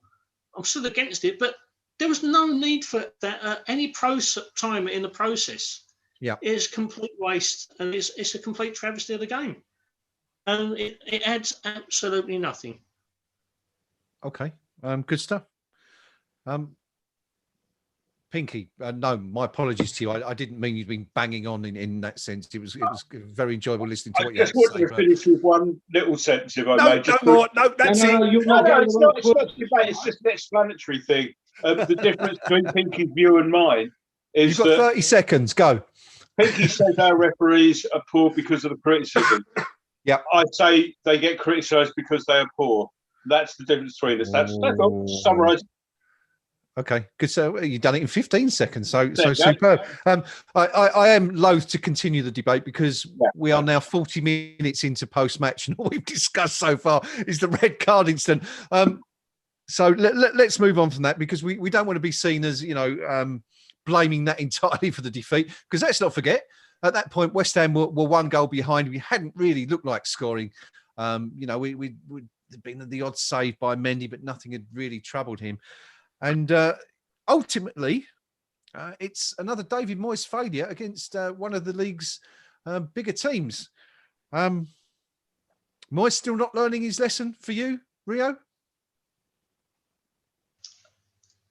I think I'll give him a little bit of credit today, because despite the fact that we are actually down to an absolute threadbare squad, we got no options on the bench even, really, that we gave all that we could do today. Mm-hmm. It didn't come off, but let's face it, this Chelsea side, as we said during the actual match commentary, under Tuchel, they are so much more well-drilled, they're more organised, they work harder. They're an incredibly difficult team to break down. Just Rio, let me just come in on that very, very, very quickly, just to supplement what you're saying. Apparently, in 14 Premier League games for Tuchel, that's his 10th clean sheet. So back over to you. And when we're lacking our only striker, main attacking midfielder, who, although he does some amazing defensive work, he also drives the team forward and spurs them on. He enables Thomas Souček to get far more forward and into attacking positions. We're actually bereft of options, and we've given them a game until something happened in the 80th minute, which I don't think we've discussed yet. We might have to come back into that. we'd actually grown back into the game, and we was the same on the ascendancy. We was asking the questions. We was the ones who really were going to force the issue. It wasn't a perfect performance, don't get me wrong, but we was asking questions of what has turned from an absolute shambles under Lampard into a very well-drilled, well-organised and efficient Chelsea side. So I'm not blaming this one on Moyes. Normally we're a bit more reticent in terms of our attempts at the so-called Super Six. Today is not one of them. And given what he had at his disposal, I think we did very, very well indeed. Okay, good stuff. Pinky, I'll come to you next on this one. Was it just simply a case of Moyes was, run out of options, just didn't have the personnel available to beat a very well-drilled and very technically excellent Chelsea side, or has he bottled it again? Certainly the former, and certainly not the latter. I mean, 10 clean sheets in 14 matches for the opposition's manager. Okay, so where are all the campaigns against him for parking the bus? I mean, we touched on it in commentary. I don't think Chelsea Football Club supporters are going to be happy watching that for too many seasons. I mean, you'll stomach it when you're lifting trophies, but picture the scene. It's late November. You're freezing your bits off. Yeah, you want a bit of entertainment because at the end of the day, that's what the game's about. And you're watching a well-drilled, well-organised, but ultimately dull setup because priority number one is clean sheet. It's a mentality that says we start every match with a point, so let's make sure we finish with at least a point. And I understand it. It's effective, and for this season, it's dug Chelsea out of a hole because Frank Lampard had left him in a bit of a mess, to be honest. But I certainly wouldn't suggest that David Moyes had bottled it today. I think he gave it a go with what he had. I think he tried to make subs in good time, and probably the best subs that he had available. And therein lies the story. But no Rice, no Antonio, no Cresswell, no Masuaku. The Chelsea manager had the luxury of leaving out a striker on the bench who's his leading scorer this season in Tammy Abraham. Who's Chelsea's leading scorer. So the Chelsea manager can leave a player like that on the bench, and meanwhile, David Moyes' striking option on the bench is Udabiko. So where do you go from there and say the manager bottles it? Not a chance. I think if anyone's bottled it, it's David Sullivan. Bottled it back in January because he failed to find enough money to buy the players that the manager wanted, as opposed to the player that the chairman somehow got obliged to buy. And I suspect we used to joke about things being part of the Carrick deal. I think the Ben Rama acquisition was part of the Haller deal, would be my own take on it. And, I think there's a case of, as long as you get him from Brentford, I'll shift Haller for you. And I think there's an element of that in it all. And we've seen now, we've done £30 million on a player who isn't going to be a game changer for us. And I don't think there's a single West Ham United supporter who thinks Syed Ben Rama was a David Moyes signing. And there's your difference. So for me, we're in the 5th spot, good season, but could have been better with just 5% more ambition in the boardroom. And that's the difference. All right, excellent stuff. Thank you. Gnome, David Moyes' record against Man City this year, drawn 1, lost 1. Man United lost both games. Chelsea lost both games. Liverpool lost 1. If you're going to qualify for the Champions League, you've got to do better than that, haven't you? Yeah, I'm loath to sort of put this game in that bracket. As Pinky pointed out, and as we've said all day, what else could he have put out today? And I thought that, given the paucity of resources available to us, I thought that was a decent performance by and large. We've mentioned Ben Rama, but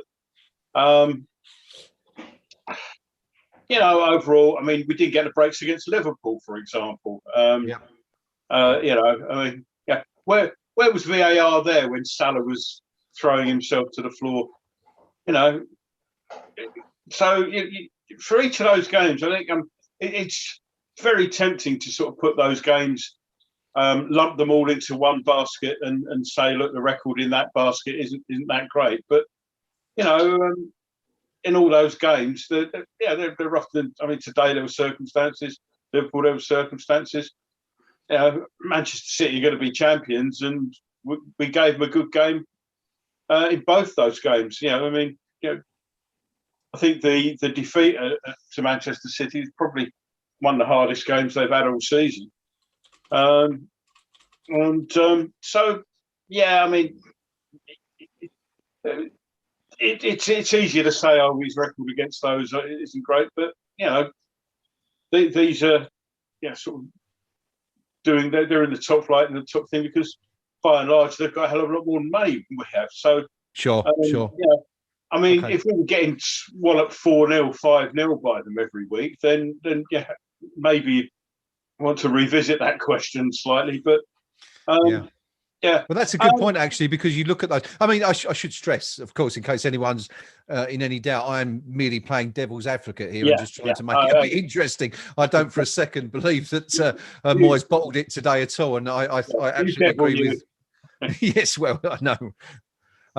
But you know, and of course, if you look at the record, as we've seen, everyone posts that table this week of the record against the other 13 clubs. If you take those purported big six out, we would be about 9 points clear of everybody else. So, you know, the record against our peers, perhaps you might say, has been exemplary. So, I mean, you know, I mean, as Pinky said, I mean, wherever we finish up, we'll have had a good season this season. Yeah. And yeah, I've said earlier on, I've said every week, I'm not focusing personally on the Champions League. I just want to see finish as high up as possible, and if that's, you know, there's no reason that shouldn't be Champions League. Just a little bit of luck, but you know, maybe to say the resources, the depth isn't there. I'm kind of looking on now to perhaps next year, because again, as I think I said this earlier on, but now I'm not saying this team is in any way, shape, or form as good as the 86 team, but yeah, we've been here before where we have a really good season. And you know, you think, wow, you know, third that year, and yeah, right until the last Saturday, we were with a chance of actually winning the thing.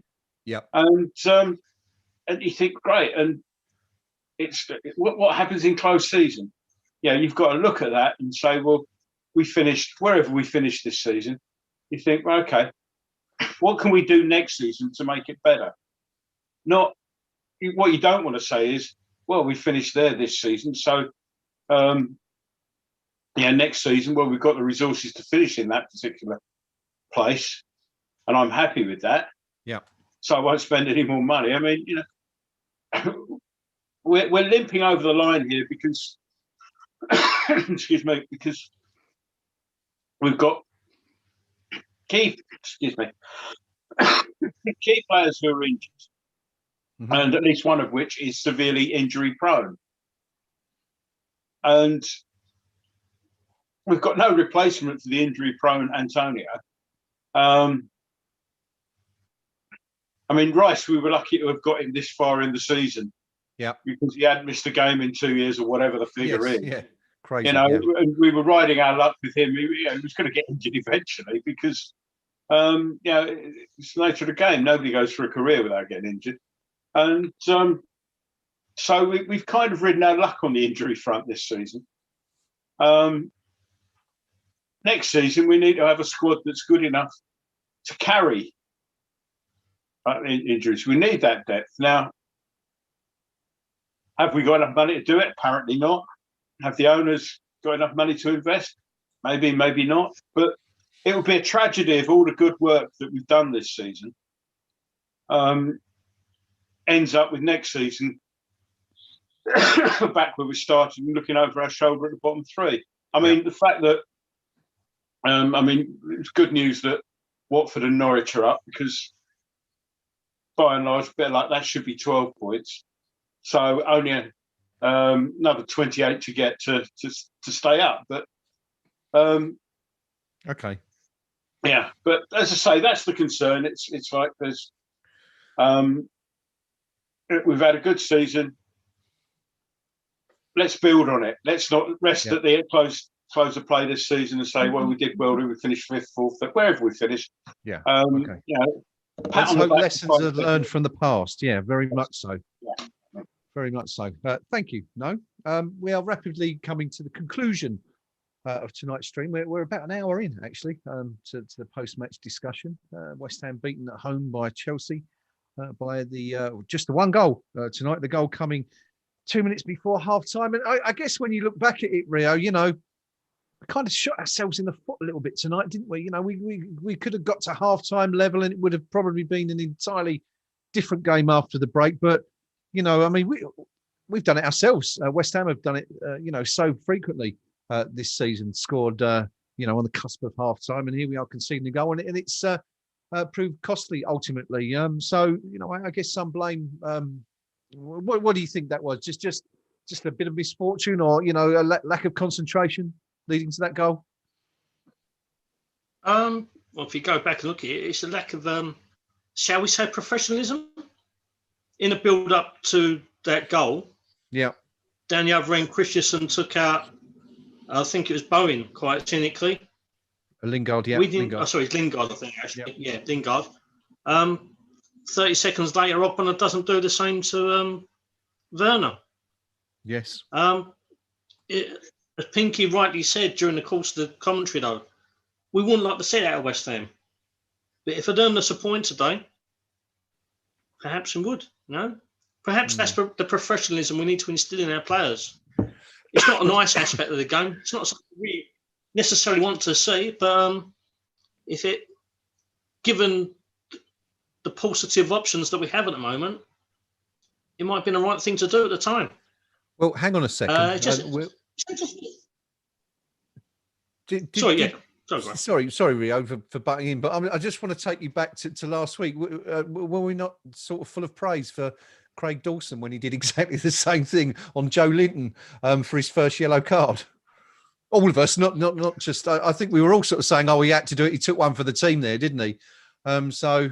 Yeah, true. And I think, but given the situation with how bereft of players we are, especially, and when we see the so-called Super Six do this week in, week out and earn points. I mean, Chelsea were the masters of it today. They absolutely niggled their way through that first 60 minutes. Absolutely niggled their way, earning cheap fouls, going down, screaming like little girls. But we've also all been guilty of saying we don't want to see that at West Ham. Should have seen Liverpool this afternoon if you watched that game. Saint-Maximin. I refuse to. Yeah, I refuse to. I was hoping Newcastle would win for obvious reasons, or double obvious reasons. But Saint-Maximin got, every time he got near the halfway line, I think pretty much every one of the Liverpool midfield players must have kicked him at least once. And I mean, yeah, it was no attempt to play the ball. You're not getting past it. Yeah, I mean, I didn't really join in with the admiration for Dawson last week. I think if you look back, I actually said, I mean, the yellow card, both yellow cards were merited, and I can see why he did it. But it's bit of revisionism going on here, I think. No, yeah, Pinky was saying, he's done well there, I don't recall you pulling him up for it. Let's say that. It's great, but I'm pretty sure I wouldn't have said he's done well there. All right, okay, we'll let you off with that one. Yeah, but you'll get the occasional one, and you'll probably say, well, but there's a bit of a difference between the occasional one like that and a team that's actually set up tactically to play like that constantly. Fair dues. Yeah, fair share. And Liverpool have been doing that since day one. And it's just, I mean, something I came out with a while back. I mean, I'm thinking back to the 70s where Liverpool and Leeds were both doing that sort of thing. And and you're quite right. The theory is that you can't, you know, if 6 different players foul him, then there's only 6 yellow cards. Nobody goes off. And you know, and basketball has the concept of the team foul or something. So, you know, if you, I don't know how it works, and I'm just thinking off the top of my head here, but you know, if there was something like the next person to do that picks up a yellow, irrespective of, you know, whether he's done it before, and the next one after that is a red. Okay, You know, so you've got 2 team yellows, so the next person to do that sort of foul goes off. I'm slightly concerned by this suggestion, given that we've just spent the last hour criticising the referees for the decisions we're already allowing them to make. Yeah, you need honest people to manage that. So maybe let's park that one until we've got people good enough to put it into effect.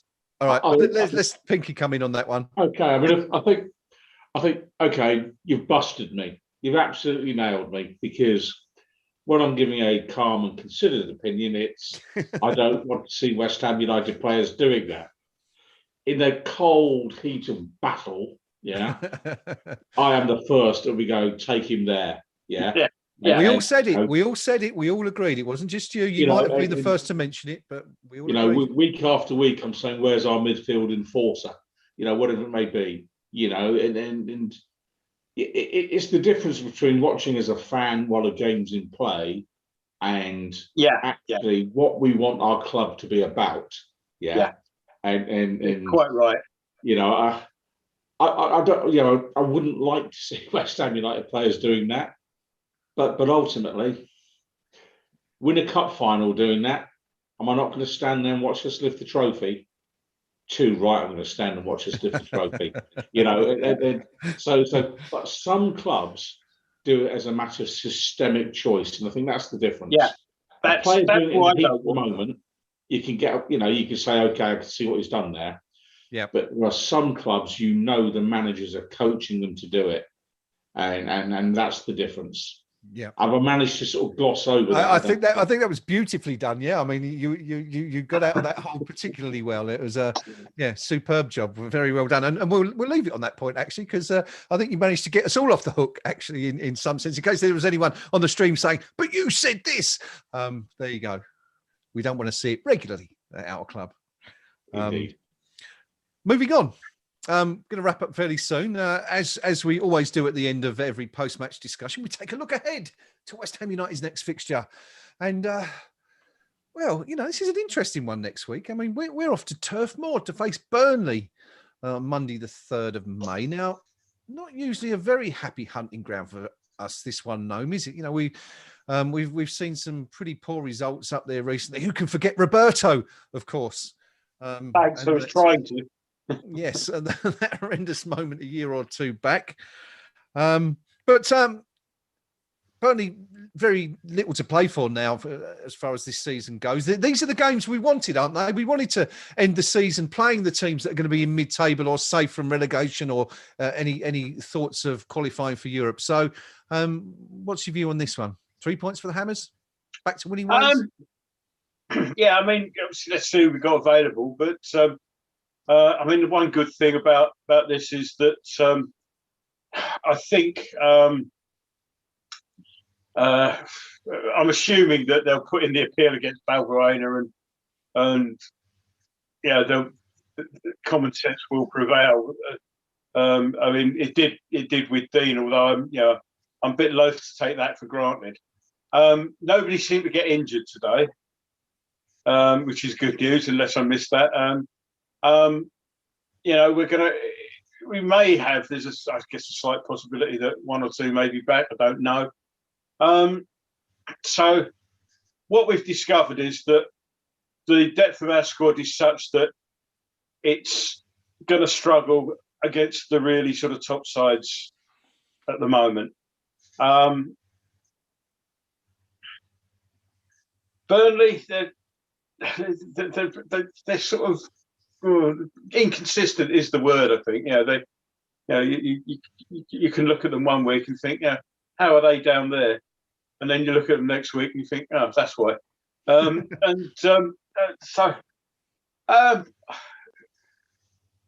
yeah, I think that the psychologically, the fact they'll go up there and think, well, we're playing Burnley and it's not Chelsea, will be a help.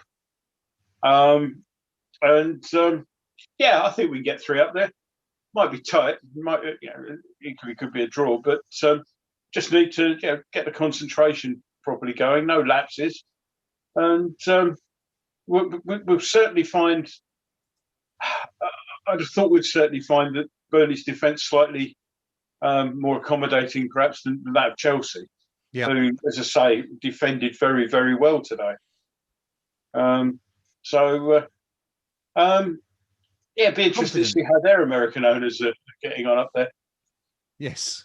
Yes, of course, another one. They weren't invited into the the American-owned club that weren't invited. Yeah, the little North American cabal not extending as far as Burnley, it seems. But anyway, I did say just there that Burnley don't really have a lot to play for. Of course, I guess they do really, because they're only one place above the relegation zone at the moment, although they are, albeit 6 points clear of Fulham in 18th place. They still have, a game in hand on Fulham, and they go to Wolves. I think it's tomorrow, isn't it? They play. They go to Molineux tomorrow. So I guess, Pinky, we'd be hoping in some way that Burnley get something from that game tomorrow, which should set them even more ease ahead of our meeting next week. Yeah, very much so. I mean, I think there's a few fixtures coming up that we'd like the results to go our way, because I'd like Burnley to be mathematically certain of avoiding the drop by the time we face them, because Sean Dyche, you just know what he's going to be saying to his players. Get stuck into this slot. Champions League, they're having a laugh, aren't you? All of that stuff, and I'd rather be in a position where they have absolutely nothing to play for, as opposed to almost nothing to play for, if you get the drift. Having said that, soft spot for Burnley. You always get a good peppered steak pie there, so that always stands them in good stead as far as I'm concerned. But we touched on their ownership there. Yes.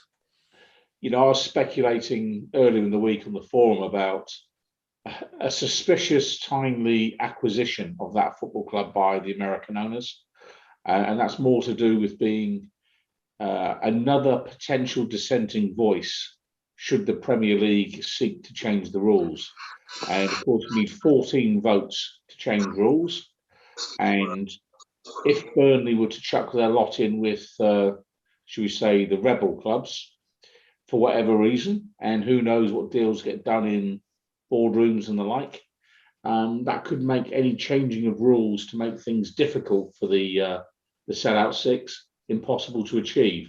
So personally, I am highly suspicious of that particular acquisition, because it seems to me that was the cheapest possible club to buy in the Premier League, and with so much money at stake, for the sake of 50 or 60 million quid or whatever they paid, you get an awful lot of influence. And so for me, I think there might be more to that than meets the eye. If not, you all know how I love a good conspiracy theory anyway. But in terms of the game itself, here we are now. Steve Law noticed on the YouTube channel was saying, where's all this talk of so-called easier games coming from? And there speaks the voice of experience that's seen us get turned over in many a lower league cup game. But Burnley up next, that is a must win. That's more of a must win than today's game. And it isn't because we lost today. It's because ultimately, if you want to be in the Champions League, you've got to go to Burnley and you've got to win. Okay. After that, Everton, and we're then into the games. Brighton, West Brom, their fates really should be sealed by the time we play them. They should know, which division they're in. And then to wrap up against Saints, you couldn't pick a nicer club to finish the season on. So, but those final 3 matches could be worthless unless we get all 3 points at Turf Moor next Monday night. So here's hoping we do. Big game, big game, biggest game of the season for Pinky. That one coming up. Rio, we've had some big incidents against Burnley in recent years, given it's not one of the highlighted fixtures. We mentioned Roberto, who could forget the infamous moment there. And of course, it's only 3 or 4 years ago that we had the memorable pitch invasion at the London Olympic Stadium by Bubbles on that very interesting day against Burnley. Another defeat against Burnley. But who do you think is going to come out on top of the Clarets versus the Claret and Blue in that one? I'm not holding out a lot of optimism, to be honest. I think, obviously, our lack of options is playing a major part. I'm hopeful Declan will be back, possibly Arthur. Not convinced by Aaron Creswell will be. We've not got a happy record up there either. The last time I can remember us having much joy was when in a Valencia and Sacco scored. Other than that, it's been largely a war of attrition and a lot of errors, a lot of red cards, a lot of unhappy visits, to be honest. I'm just going back, looking at the history books. I just realised that Super League invited Tottenham. I can't understand why they got invited and only won the league a year after Burnley last did. And that was an incredible win. They were only top for one day, and that was the last day of the season. And Burnley were runners up that year. So yeah. Burnley have got far more Super League credentials than Tottenham Hotspur have. Yeah. I'm not hoping. Every time we visit Burnley at Turf Moor, it's a nice little day out. It's a bloody long way. It's a nice day out, but it's never very pretty on the pitch. And with our lack of options, I think we might struggle. Burnley have got a lot to play for. Chris Wood always loves a goal against us. It's a Monday night. It's going to be cold for the time of year. It's going to be miserable. I can't go down and pub and watch it because I'm doing this. God help me. I think I'm going to lose 5-0. Could see the confidence oozing through the team ahead of that trip to Burnley next Monday night. Of course, we could. I think we could be behind Tottenham in the league just to make it even better by that point if they win their weekend game next week. I'm not sure who they're playing, but if someone can tell me. But yeah, we could be down sort of in around 7th or 8th or 7th, I think, perhaps by then if Liverpool also win. But yes, big game coming up for the Hammers, having been beaten this afternoon at home to Chelsea. No one getting the prediction spot on, although Rio wins the points for the team this afternoon. You went for a 2-0 defeat, didn't you, Rio? So you were closest. I went for a 3-1 defeat. Gnome and Pinky going for a 1-0. Got the score right. Unfortunately, got the wrong team. But it was only 1 goal in it. So, yeah, no one absolutely spot on this afternoon. I shall, just before we end, I just want to bring you a couple more comments with regards to the red card for Balbuena this afternoon from players involved in the game. Start with Psycho, the original Psycho, David Cross, who says simply, have any of these referees ever played football? Jimmy Walker, another famous former Hammer, said, it was ridiculous. You can see anything you want to in slow motion. Idiots. Balbuena just sent the ball 80 yards down the line. What do they want him to do with his foot? Make the, I can't read that word, disappear? I'm fuming.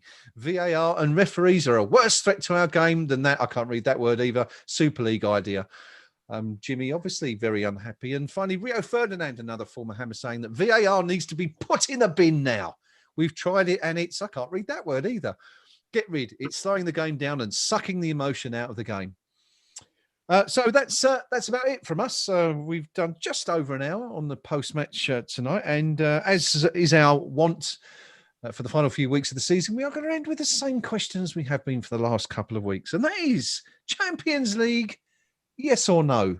Gnome, I think we'll start with you because I think we know where you're going to go with this one. Ask me at the end of the season. I'm really not focusing on it. I really don't want to think about it. All I'll say is I just go out, win next week or next Monday week or whenever it is, and just regroup, see it go to the next game. Yeah, it's entirely possible. We do need other results to go our way. So why lose sleep over it? A fairly verbose reply, but I didn't hear the word yes or no uttered anywhere. Yeah, you're quite right. Not focusing on it. Maybe There you go. Maybe. Okay, we can't force Gnome to a yes or no. So let's see if we can force Pinky to a yes or no. What do you reckon, Pinks? It's a yes. And, you know, last week I got to the no stage. Then by the time we wrapped up in, I'll let you know on the eve of the game stage. But actually, the nature of today's performance in terms of not capitulating, despite us being down to a very, very, slender range of options for the manager, actually gives me a lot of confidence that if we just get one or two of the regular starters back in, we might have enough to get over the finishing line, because it is really tight up there. Leicester, Chelsea, West Ham, Liverpool, they're all in with shouts. Why not us? Excellent. So yes for Pinky. Rio, over to you. Yes or no? I'm afraid to say it's a no. We've punched above our weight for far too long. We've got an incredibly small squad. Injuries are catching up. They must be running out of gas. We can just look at one of our most notable players, Thomas Soucek, normally full of energy. The last 2 or 3 games, he's absolutely looked drained beyond belief. I think we've done incredibly well. Look at the bigger picture. We've punched well above our weight, and we've done superbly, but it's too much this year. Okay, so that's 1 yes, 1 no, and 1 maybe. So that means I get the casting vote this week, gentlemen. I'm going to side with Pinky. I still say I've said yes every week, and I still think I don't know why I call it madness and call it wild and unsubstantiated optimism, but I just think this is our year. I just think, once. I mean, if it isn't our year this year, I don't think I possibly will live to see our year. But so I'm kind of hoping it is as well. But yeah, why not? We've looked at the other things. We know Chelsea have got some difficult games to go. Leicester have got some very difficult games left to go. Not sure about Liverpool and Tottenham, but Liverpool seem to be shooting themselves in the foot at every available opportunity currently, dropping points to all and sundry, to Leeds, Newcastle, etc. Went on that unprecedented run of defeats at home. So not sure about Tottenham, but let's just assume Tottenham will do a Tottenham and come over all Spursy for the final few weeks of the season. So yeah, why not? Why not? So it's 2 yeses, 1 no, and 1 maybe this week. We forgot something, Gnome. What's our favourite part of the show? It's either going to be you've forgotten 2 things, because firstly, you've forgotten to do man of the match. And secondly, you haven't told me what the expected something or other was.